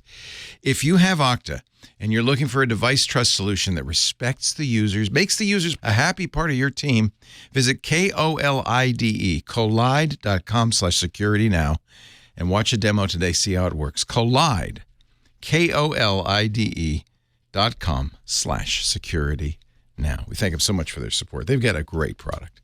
Very happy to tell you about them on the show. All right, Q&A time. This is actually, we used to do this every other show, right, Steve? Yeah. I loved this. I used to love doing this. Okay. Well, listener feedback. We still do so. Yeah, we still do. Yeah, closing the loop. So our listener said, hello. I started my journey in cybersecurity 2 years ago. I've learned a lot and still have a lot to learn. Recent news of AI-generated videos got me scared because of the future world my 2-year-old son might be growing up in. Too late. In your opinion. Sorry? Too late. Yeah. In your opinion, what would be the best solution for automatic verification of a video, image, or audio? I'm thinking of some kind of encryption from the camera like a few episodes ago where photos are signed. But if I remember correctly, this is flawed because anyone can buy such a camera, dig the key from the hardware, and sign fake images. Right. I believe this needs to be addressed as soon as possible and not like in 10 years. AI really took off. Who knows what might be next? Okay, so through the years, we've observed everything that's happening around us. You know, this podcast, as a consequence, has arrived at a number of rules of the road, guiding principles which seem to apply. One of those that I've occasionally marched out is quite unsatisfying, though it doesn't render it any less true, and that is, not all problems have good solutions. An example we were talking about last week being internet DDoS attacks. Like it or not, the fundamental design of the internet has made it inherently vulnerable to spoofed bandwidth flooding attacks and other sorts of attacks. And I believe that we had the same problem here. When I was growing up, I was fascinated by optical illusions. One that pops to mind is that two parallel lines can be drawn on paper. And yep, they look perfectly parallel. But place a series of radial lines exploding outward from a central point, and those still perfectly straight parallel lines look curved. No matter how you try to tell yourself they are not curved, curved is what you see. The trouble is, we're built to believe our senses, and our senses can be fooled. The corollary rule to not all problems have good solutions is that technology cannot solve all of our problems for us. In fact, it's probably a zero sum, with technology inadvertently creating just as many problems as it solves. Unfortunately, I am virtually certain that this listener's 2-year-old son is simply going to grow up in a very different world than we have. It's going to be a world where the many things we were able to take for granted as being real depictions of events will simply never be the case in a world for someone born recently. And of course, there's been some of that for us. The phrase, oh, that image was photoshopped. You know, that's long been a common meme. Until now, it's been the exception. The fact that everyone perceives that what we're about to witness is a wholesale explosion in the volume of fictitious content masquerading as authentic suggests that if nothing less, if nothing else, it's going to become a self-fulfilling prophecy. And I don't see this view as pessimistic. I think it's realistic. As they say, being forewarned is to be forearmed. For those of us who have been around for a while, this seems like a big change for the worse. We're accustomed to trusting our senses and believing what we see. But it seems all but certain that this is a comfort future generations will simply not have. But then neither will they miss it, since things will have always been that way for them. we old codgers will eventually die off grumbling, when I was a boy, and so forth. I wonder what you think. So Canon announced this a couple of months ago, and they're doing it with a Stanford lab and the USC lab and Thomson Reuters. It's a proof of concept, but the idea is using cryptographic methods, they're going to embed in the image's metadata information about the image. So Canon will basically verify in the metadata, this image was created with the camera. Nikon and Leica have approached the same idea. There is something called the Content Authenticity Initiative. But I'm kind of with you. Anything that these companies can come up with, well, the bad guys will just do an end around. And in fact, it's a false sense of security because you say, well, this has the Canon stamp, this Canon seal, it must be real. That's exactly right. Yeah. Exactly. I mean, it is exactly analogous to the example we've always drawn of the DVD decryption keys in the DVD player. Yeah. The DVD player sitting on the consumer's shelf had to have the keys to decrypt the DVD. It didn't take long until everybody had the keys because they were sitting in the DVD player and they got extracted. It was going to happen. And so, so Canon's camera digitally signs the photo. And actually, they've done so much technology. There's like this audit trail. You can only use Adobe's tools to make changes, and the Adobe tool creates like a pen's metadata, creating an audit trail of all the modifications that were made to the photo. It's got a chain of custody for the photo, so you know exactly who's had it and who's touched it. It's just going to it's trying to make money for people, and it won't be long before it's hacked and cracked, and there'll be photos that are like proven to be authentic of like the sun going supernova. Right. It's like, wait a minute, I don't think that happened. Yeah. This is why I'm glad you're going past 999, because this will, of course, be announced with fanfare, and then it will be hacked, and this is how we're going to learn if it's been hacked or if it's reliable, because Steve will let us know. So I'm very grateful, because this isn't going to happen the next year and a half. But boy, before the next election, we're going to see a lot of fake stuff. And I do think that to this listener's question, the world has changed. It has. The fact, the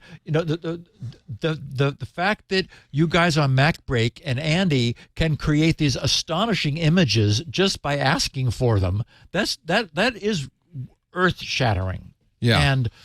And it just means that people growing up now they will just always have been in a world that had the internet, which we didn't have in the beginning. Right. That was a big change. They will have always had the internet, and they will have always had a world where you can't believe the things you see. Yeah. They'll just know that. And they will just not trust anything they see, right? That's not right. I was reminded of that wonderful sci-fi movie. Which was it, where the aliens believed they were receiving our TV transmissions from Earth, and they had no concept. They had no fiction. concept of fiction, and so they thought that they were documentaries of to the moon, Alice. Ricky. Yeah, they thought that was real. They thought they were watching documentaries. I don't remember which book that was either, but that was a great idea for. It was a movie. Tim Burton.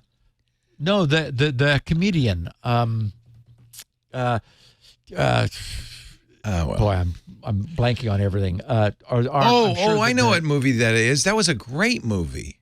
It was a fun movie. Tim Allen. Yes. It was a Star Trek movie, except it wasn't. Yes. That was actually a great movie. What's the name of that? Sigourney Weaver was there. Yep. And a bunch of others. And wonderful movie. It was fun. Yeah, I forgot about that. Yeah. Well, we'll keep an eye on this. There's also some real benefits. Let's point out. We showed a video yesterday or Sunday on TWiT of the president of Argentina speaking at Davos, and of course, what Davos saw was simultaneous translation, which kind of took all the life out of what he was saying, and then Alex Lindsay came up with this, a deep fake of it with true translation, and his mouth moving in sync with the English language. Wow. And spoken as if he, in his own way, matching his own intonation and prosody, they call it. And it was really much better. So we're going to see some amazing things.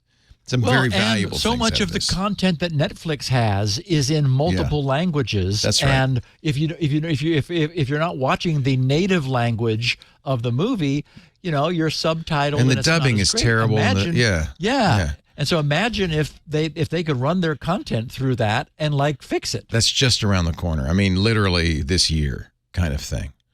Yeah. Galaxy Quest. That was the name of the movie. Yeah, Galaxy Quest. Yeah. Yes. Thank you, chat room. Thank you, Discord. So Matthew Burrell said, quick guidance question, please. What 3 to 4 computer languages should I learn? That as a kid graduates high school and looks to start a business. That's mostly ground up, open source, secure, from server side, that can do almost it all, etc., backup, database, etc. I can't wait to hear to your web answer. interface, basically website, login, manage clients, database, other, etc. Is there a good platform to start from, like Synology or something, that those languages could be built on top of? Thank you for all your knowledge, guidance, and all that you do. Well, Matthew, I presume that you're describing yourself here.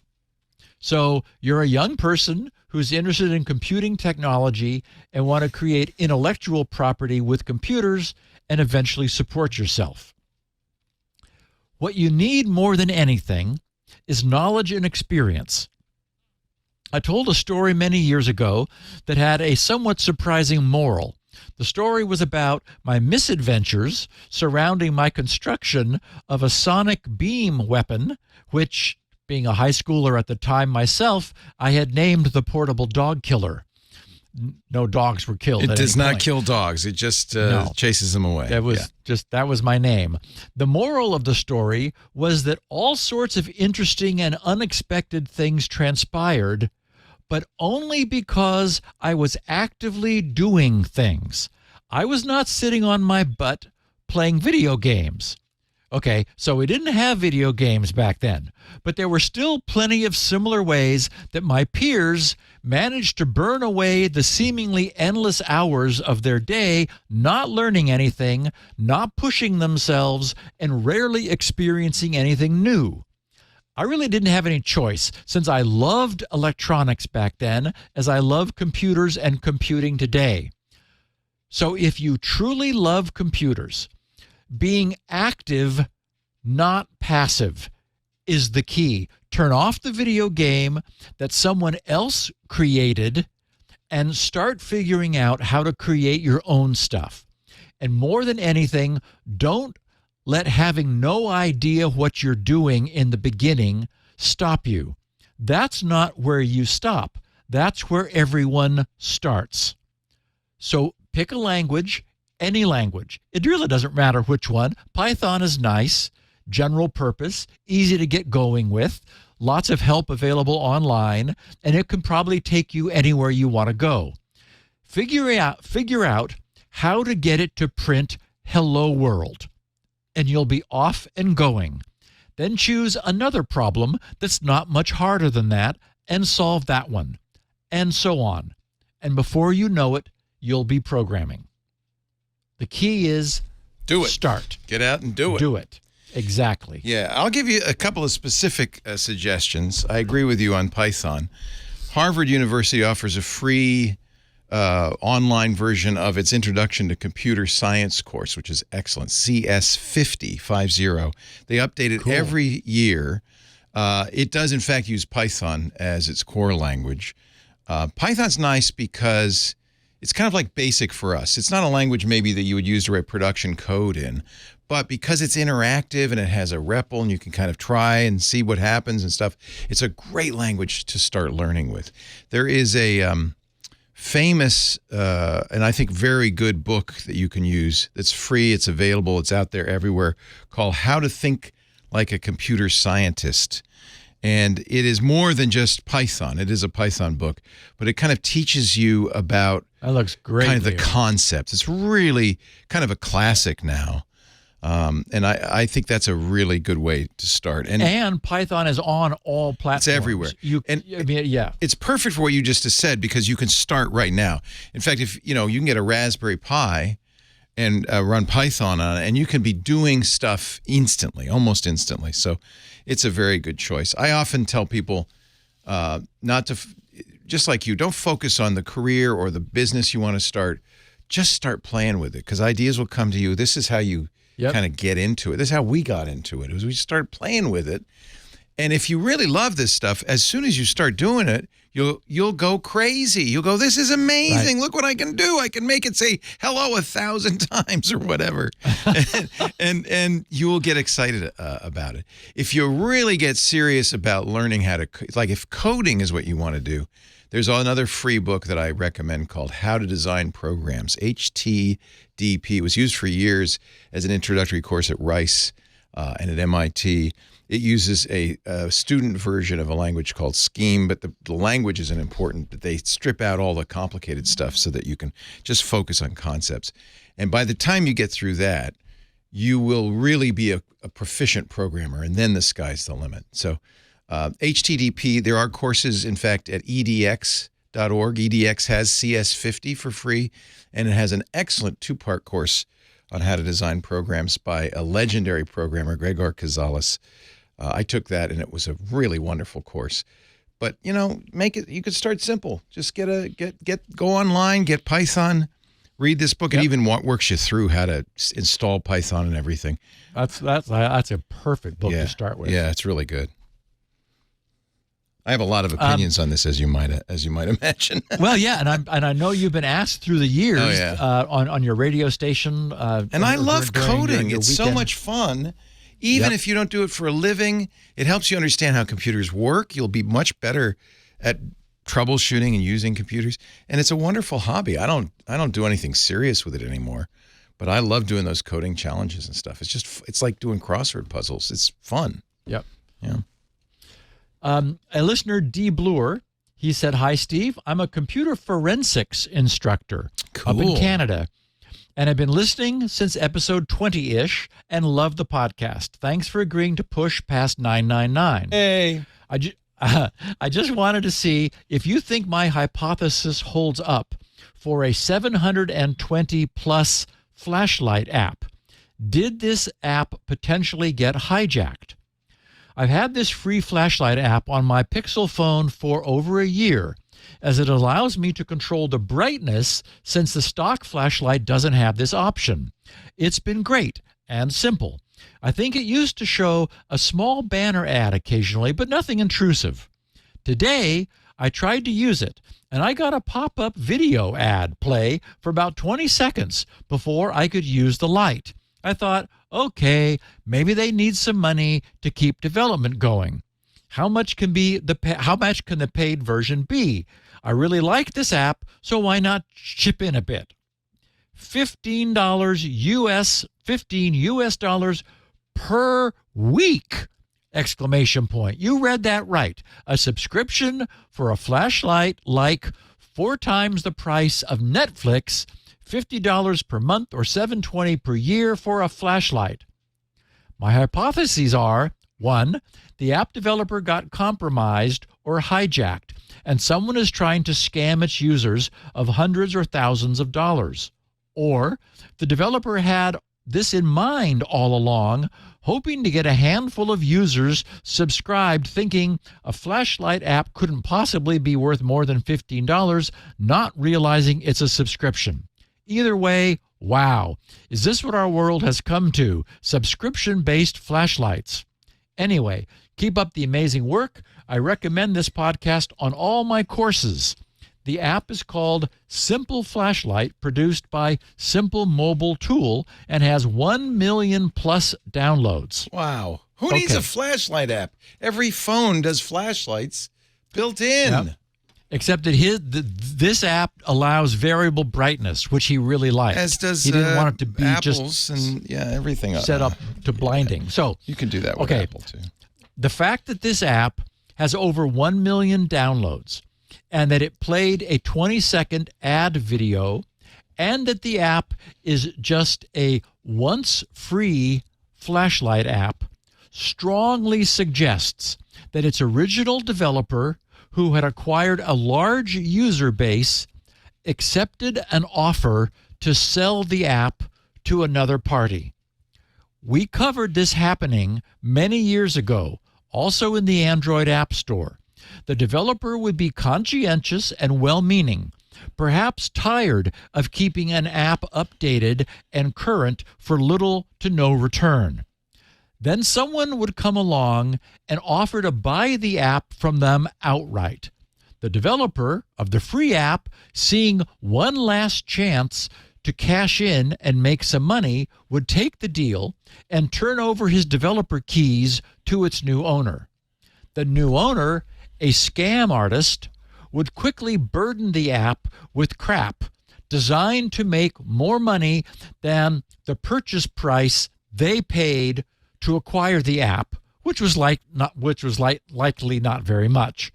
The scammer would figure that all of those million-plus users would run it and generate revenue from the ad. And, just as our listener suggested, there might be a few, if only a tiny fraction, who might not be paying attention and who would inadvertently subscribe at this inflated rate. Technically, the app's new owner had done nothing wrong, but neither is this a particularly upstanding way to generate income. And anyway, that would be my guess, is that the app changed hands and its new owner decided, it changed hands specifically so that the new owner could squeeze its install base and just, basically kill it. And, with a bazillion apps on the Play Store, who cares if there's one, as you said, Leo, one fewer flashlight app, because eventually no one uses it anymore because it wants a ridiculous payment and makes you watch an ad. Yeah, the fact that the guy made a flashlight app tells you that he was already kind of a scammer to begin with. Michael Garrison said, "Hey, Steve, I'm listening to episode 957 about the Protected Audience API. And I have a question I'm hoping you can help me out with. I work with small businesses who have no interest in putting ads on their site, but I'm wondering whether they can still make use of the new ad functionality. Say a company like TWiT wants to be able to customize what shows they feature on their homepage for new visitors. With the proposed and abandoned Flock proposal, the bitmap of interests stored by the browser were available to the site itself. So if they knew which bits represented interests space, they could alternatively move the This Week in Space banner higher on the page or move it below other banners. With the Topics API, my understanding is that wouldn't have been possible because the same requester, the ad company, would have to have seen the same browser on multiple other sites, obviously leaving first-party site owners in the dark, probably by design. Now, with the new API, I can't find a solid answer yet on whether the site itself would be able to see what categories of interests visitors might have that are visiting it.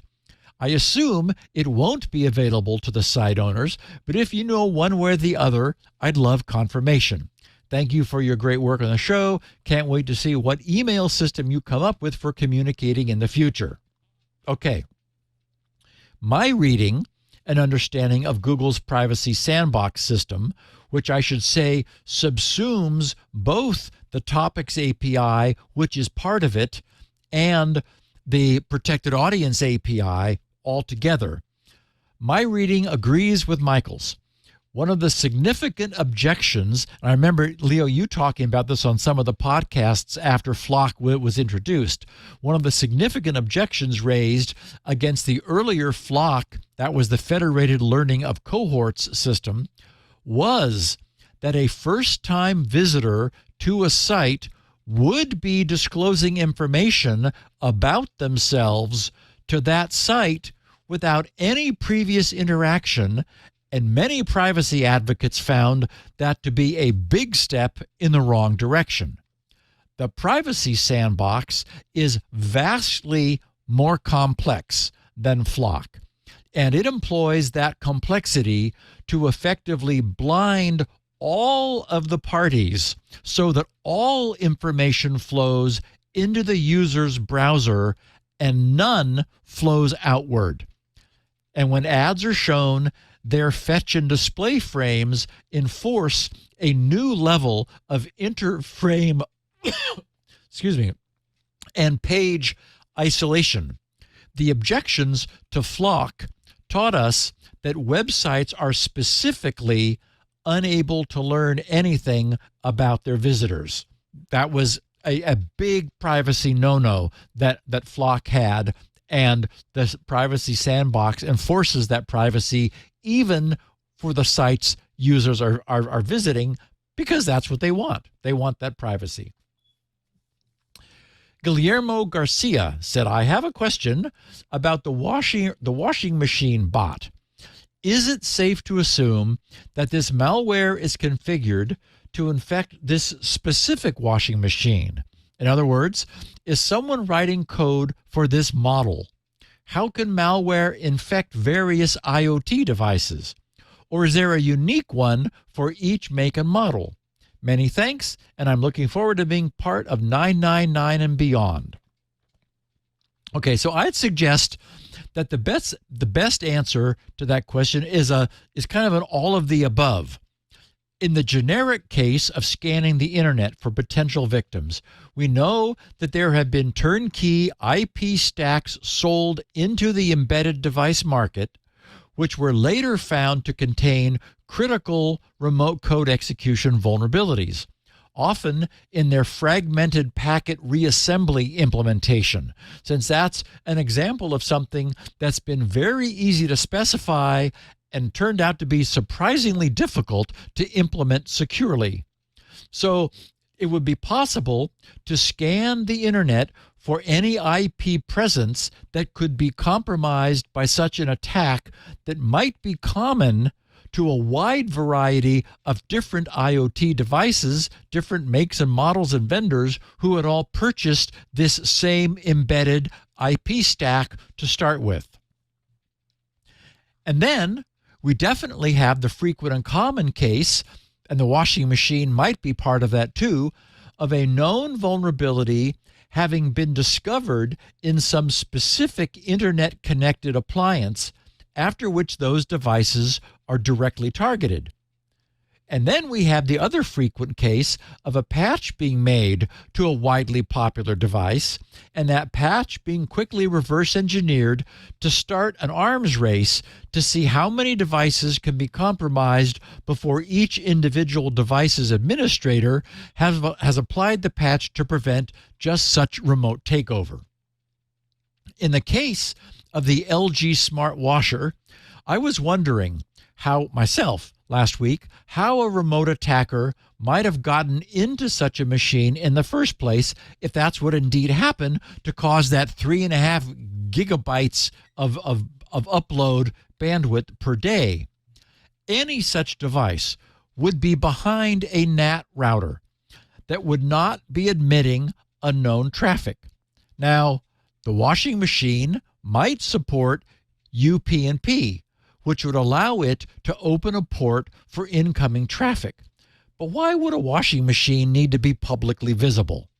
Another means of compromise might have been entry through some other means, such as a border router vulnerability. For example, if its owner had enabled remote web administration and a problem had been found there, which, as we know, are not uncommon. Then, once inside the network, a scan would likely have found everything on the LAN, and at that point, a known vulnerability in that specific washing machine might have been exploited to install a bot. Or the machine might be running a small Linux, so a generic exploit against Linux could install a generic Linux bot, and then it would have joined a botnet. So, any or all of the above could have happened. Roger Stenerson asks, Hi, Steve. The Protected Audience API sounds interesting and promising. However, the number one reason I use uBlock Origin and ScriptSafe is to block malvertising. Will the Protected Audience API help in that area? To 999 plus and beyond, thanks for all you do. Best regards. Thank you, Roger. Okay, so I'm pretty certain that individual ads, once selected by the web browser, will still be able to run their own scripts within their fenced frame. Fenced frame being the name of one of the APIs, the Fenced Frames API. So we should not expect any added protection from malvertising. Roger's question caused me to do a bit of digging into the related Fenced Frames API. The fencing that's created applied the same sort of cookie and other asset stovepiping that Firefox implemented quite a while ago. The idea being that rather than all cookies and other asset storage sharing a single large database, which is indexed by the domain performing the access, thus allowing, for example, an advertiser to access information stored under their domain from any website hosting one of their ads, because now each first-party website, I got myself confused, under their domain from any website hosting one of their ads. That's the way things have been. What's happening now moving forward, and Google is introducing this with this Fenced Frames API, is that as with Firefox, each first-party website has its own private database containing anything that any third party might set while at that site. But if you go to a different site, that same third party is now setting its data in a completely separate site for that website. So there's no longer any chance for advertisement scripts to share data across sites. So that's what we're getting with Protected Audience API, but I'm virtually 100% sure no explicit malware protection. That still isn't something. I mean, Google is protecting their users against any malicious scripting, whether from ads or not. So we have that, but malware that presents a link that says click here for a special discount on your next, on your car insurance renewal. Well, you take a risk when you click the ad. Defensive Computing's Michael Horowitz, who runs a number of sites. One is Defensive Computing. He also has one that's really great about router security. He says, Steve, regarding the hacked washing machine, if the router supports outbound firewall rules, the hacked device can be blocked from making any outbound network connections, or depending on the router, perhaps blocked from contacting certain IP addresses or certain domains. Surely, he says, pfSense can do this. Okay, now of course pfSense will do this, and since firewall rules can be tied to the machine's fixed Ethernet MAC address, in case its IP should ever change, you could even make a firewall rule that would track the machine's IP changing to block it. But I'm not the one with the LG smart washer on the net, so I'm not the one with the problem. I was more referring to the typical LG smart washer owner who would typically have no idea what was going on with their own network. I'm certain that our Security Now podcast listeners could readily block this activity. So really that's not an issue. But Michael added something else that I thought was interesting. He said, I live in an apartment building with a laundry room in the basement. Both the washing machines and the dryers report their status to the internet, running, not running, or X minutes until finished. He says this was helpful in the pandemic to avoid personal contact. And I thought that was interesting. With your washing machine? Yeah, well, because it's an apartment building. We don't know how large. See. Yeah. Okay. But it's a common pool. So you put your wash in, you go down upstairs, and then it lets you know when it's done. Yeah, that makes sense. Exactly. Yeah. So anyway, I had said last week that I could not imagine why anybody would have their machines online. This is a pretty good example. Yeah. So if you're on like the 9th floor. And you want to know if the machines are in use before you take the elevator down to the basement and find out that, oops, they're all busy. So that's kind of cool. I can certainly see a use case for that. And finally, Skynet tweeted, "Hi, Steve. Is there really no way for ISPs like Cogent to differentiate between good and bad traffic so that when a DDoS occurs, they can null route only the bad traffic? Can you explain why an ISP is not able to do this?" Okay. Could they? Perhaps. The best way to describe it is that doing so, and I'm not kidding you, is beneath them. It's not the kind of thing we as an ISP would do. That's exactly right. They simply cannot be bothered. It's just not worth it. I've had about 30 years of experience with ISPs of all sizes, and I've seen that the smaller the ISP and the closer they are to their subscriber, the more individualized service it's possible to have. SonicNet. That's exactly right. Yep. But the top tier internet backbone carriers like Cogent don't need to be bothered with those details, so they aren't. In the words of Lily Tomlin, we don't care. We don't have to. Exactly. If some traffic is causing their downstream equipment any trouble whatsoever, they'll simply drop that traffic as far upstream as it's possible to do so. Now, the other change we've seen since the first early attacks is in their blockability or lack thereof. The days of the simple ICMP, the TCP SYN packet, or UDP reflection floods have waned a bit. Back when spoofing source IP addresses was important to hide the traffic source, they were used. They still exist, but they've largely been replaced by non-spoofable HTTPS query floods. And those require highly specialized services, such as those we often talk about offered by Cloudflare and others, to block.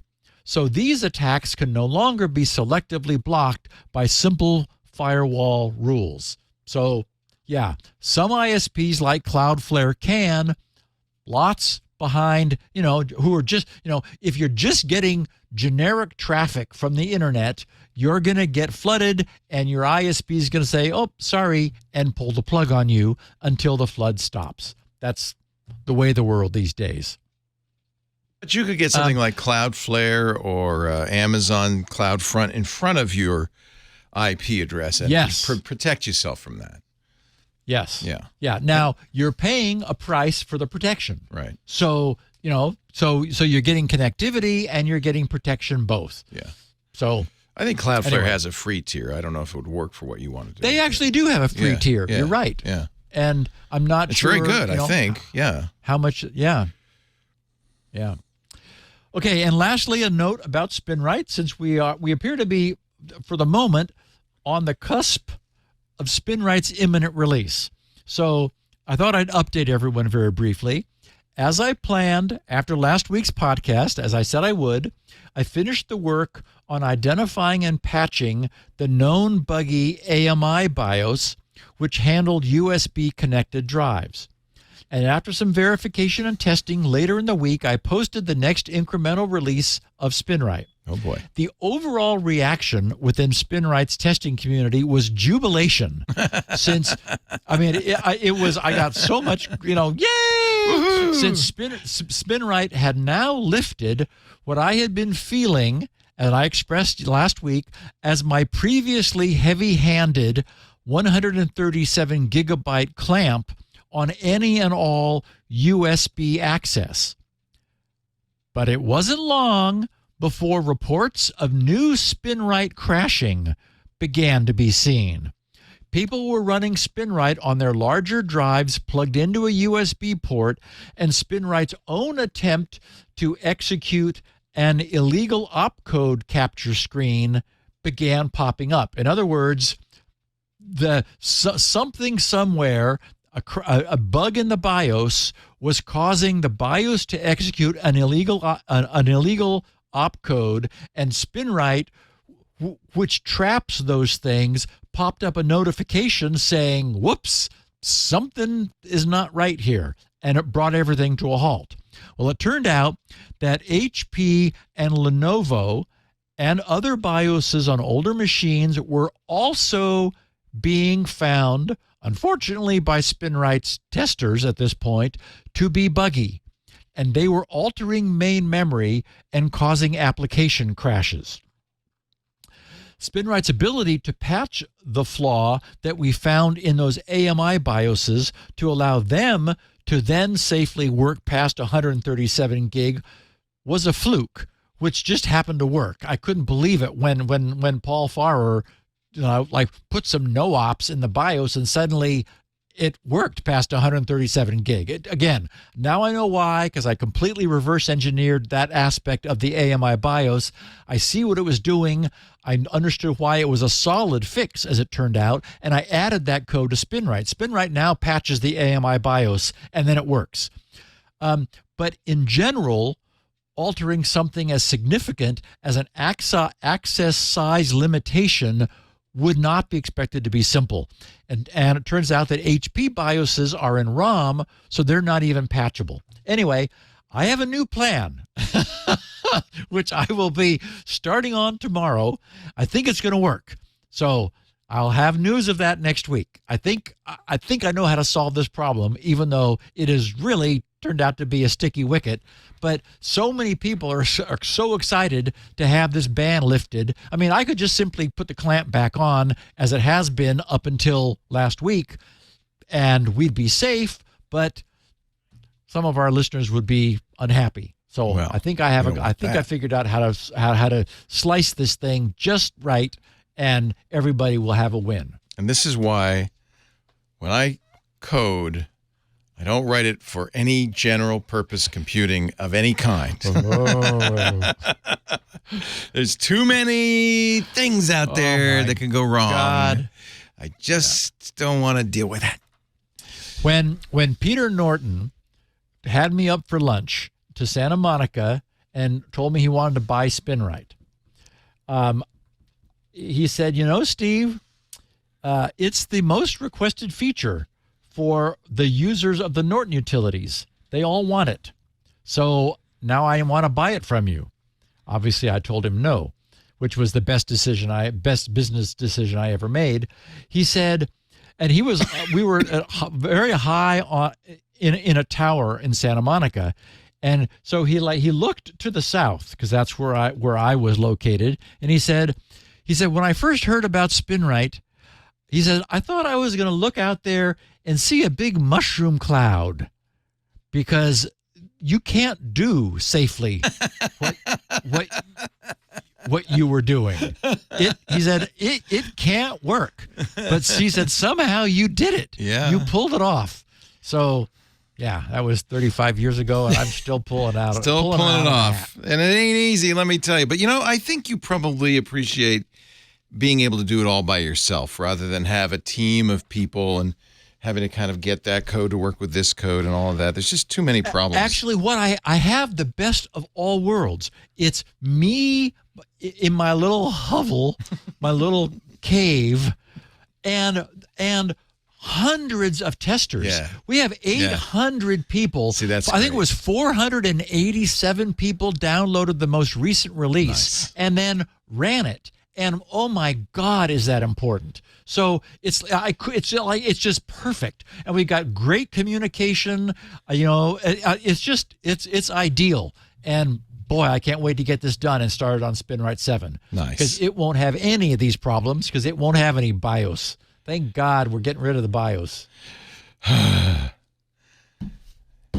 Although that was the thing, right? You were able to do interrupt 18 and let the BIOS do all the hard work, right? It's why SpinRite was compatible for With so everything, long. right. Was that it was hiding behind the BIOS, Right. and the BIOS would deal with all of these problems. Yes. Right. Yep. Now you got to do it. Which is better in the long run, of course. Oh, Leo, it's so fast. Yeah. It turns out that my 0.5 terabyte per hour estimate was low. SpinRite is doing better than that. Nice. So That's fantastic. It's suddenly That's great. really practical. Can't wait. So here's how you get it, folks. Go to grc.com. Now, admittedly, you're getting 6, not 6.1, but this way you're part of that team of people who are helping Steve make this the best product ever, and you will get a free copy of 6.1 when it comes out. And if you get it right now, you can use it to crash your machine. If you have a buggy BIOS and plug in a big drive. Hey, we call it the buggy BIOS tester. See, I'm thinking you have valid drive and you have buggy BIOS tester. It's great. It's perfect. Actually, valid drive is another reason to go there. Make sure the thumb drive you're buying actually has what it says it has for storage and so many other things. And those are all free. Shields up. I mean, he does so much great work at grc.com. That's also where you will find a copy of this show, and unique copies, in fact. He has the 64-bit kilobit audio that we have, but he also has the 16 kilobit audio, which is so scratchy, you'll think you're listening to Thomas Edison from 1909, but it has the virtue of being tiny. He also has transcripts that are high fidelity, perfect fidelity, created by Elaine Ferris. Go to grc.com. Now, if you want video, that's where we come in. We have copies of the show, audio and video, at twit.tv/SN for Security Now. There's a Security Now YouTube channel, which you can actually, it's a great thing to have if you say, oh, you know what, I gotta send this thing to my friend Joe because he will never, whatever. You can clip it on YouTube and then everybody can see it. It's a very easy way to do that. We also have, of course, a podcast, so you can subscribe in your favorite podcast client and download it automatically. And in fact, that's probably the best way so you don't ever miss an episode. You don't want to miss an episode of this. There's something in every episode that you're going to go, oh, gosh, I'm glad I heard that. Seriously, every single episode, maybe many, many things like that. We do the show on Tuesdays right after MacBreak Weekly. That means the time varies, somewhere around 2 o'clock Pacific, 5 p.m. Eastern, 2200 UTC. The show streams on youtube.com/twit. We begin when the show begins. We end when the show ends. So if there's nothing there yet, we haven't started yet. But just go there. Actually, if you subscribe, I think, or do you have to hit that alert bell? There's a way on YouTube to get a notification when we start the live stream. That's probably a good idea. And of course, I should probably mention Club Twit. If you are a Club Twit member, we keep the stream going in the Discord all the time. It's a great way to see what's going on behind the scenes before and after the shows, things like that. Club Twit members also get ad-free versions of all the shows we don't put out in public, like Hands on Mac, Hands on Windows, Untitled Linux Show. A lot of people love that. It's a wonderful show with Jonathan Bennett. Home Theater Geeks with Scott Wilkinson, iOS Today with Rosemary Orchard and Micah Sargent. That's in there now, too. Those are all yours to keep for free. Well, not completely for free because it is $7 a month. Oh, my gosh. We've kept it low because we want everybody who listens to our shows to be in the club. We need it. It helps us keep going. It gives us a steady income. Advertising it turns out, not the best, most reliable stream of revenue, but you should be. We have more than 750,000 people who listen to our shows every month, 750,000 unique listeners. Right now, let's see, this monitor's not on, but it's somewhere around 11,000 members in the club. That means, honestly, we should probably have 739,000 more members. We'll settle for 5,000 or 6,000 more. Join the club. We want to have you in here. And honestly, if we get to maybe 5% of the total audience, we wouldn't have to worry about advertising at all. And we could add new shows, and we could grow, and we could make sure that Steve gets to episode 9,999. And that's, I know, the most important thing of all. Join the club. twit.tv/clubtwit. While you're at the site, take the survey. If you haven't done that already, I want to get everybody listening to Security Now in on the survey. That way we know what you like, what you want more of. That's at twit.tv/survey24, but it's also on the front page. It should be easy to find. Thank you so much, Mr. G. We did it, 958 pleasure, my friend. in the can. Yep. And we'll be back for 9:59 a week from now, January 30th, last podcast of January. The penultimate. Wow. This was the penultimate podcast of January, Yes, as you sir. said. He loves that word. Thank you, Steve. Have Now a that I great know week. what it means. Now that I know what it means. Yeah. Take care. Now we're going to go for farbling. I'm not looking it up. I'm not. Bye.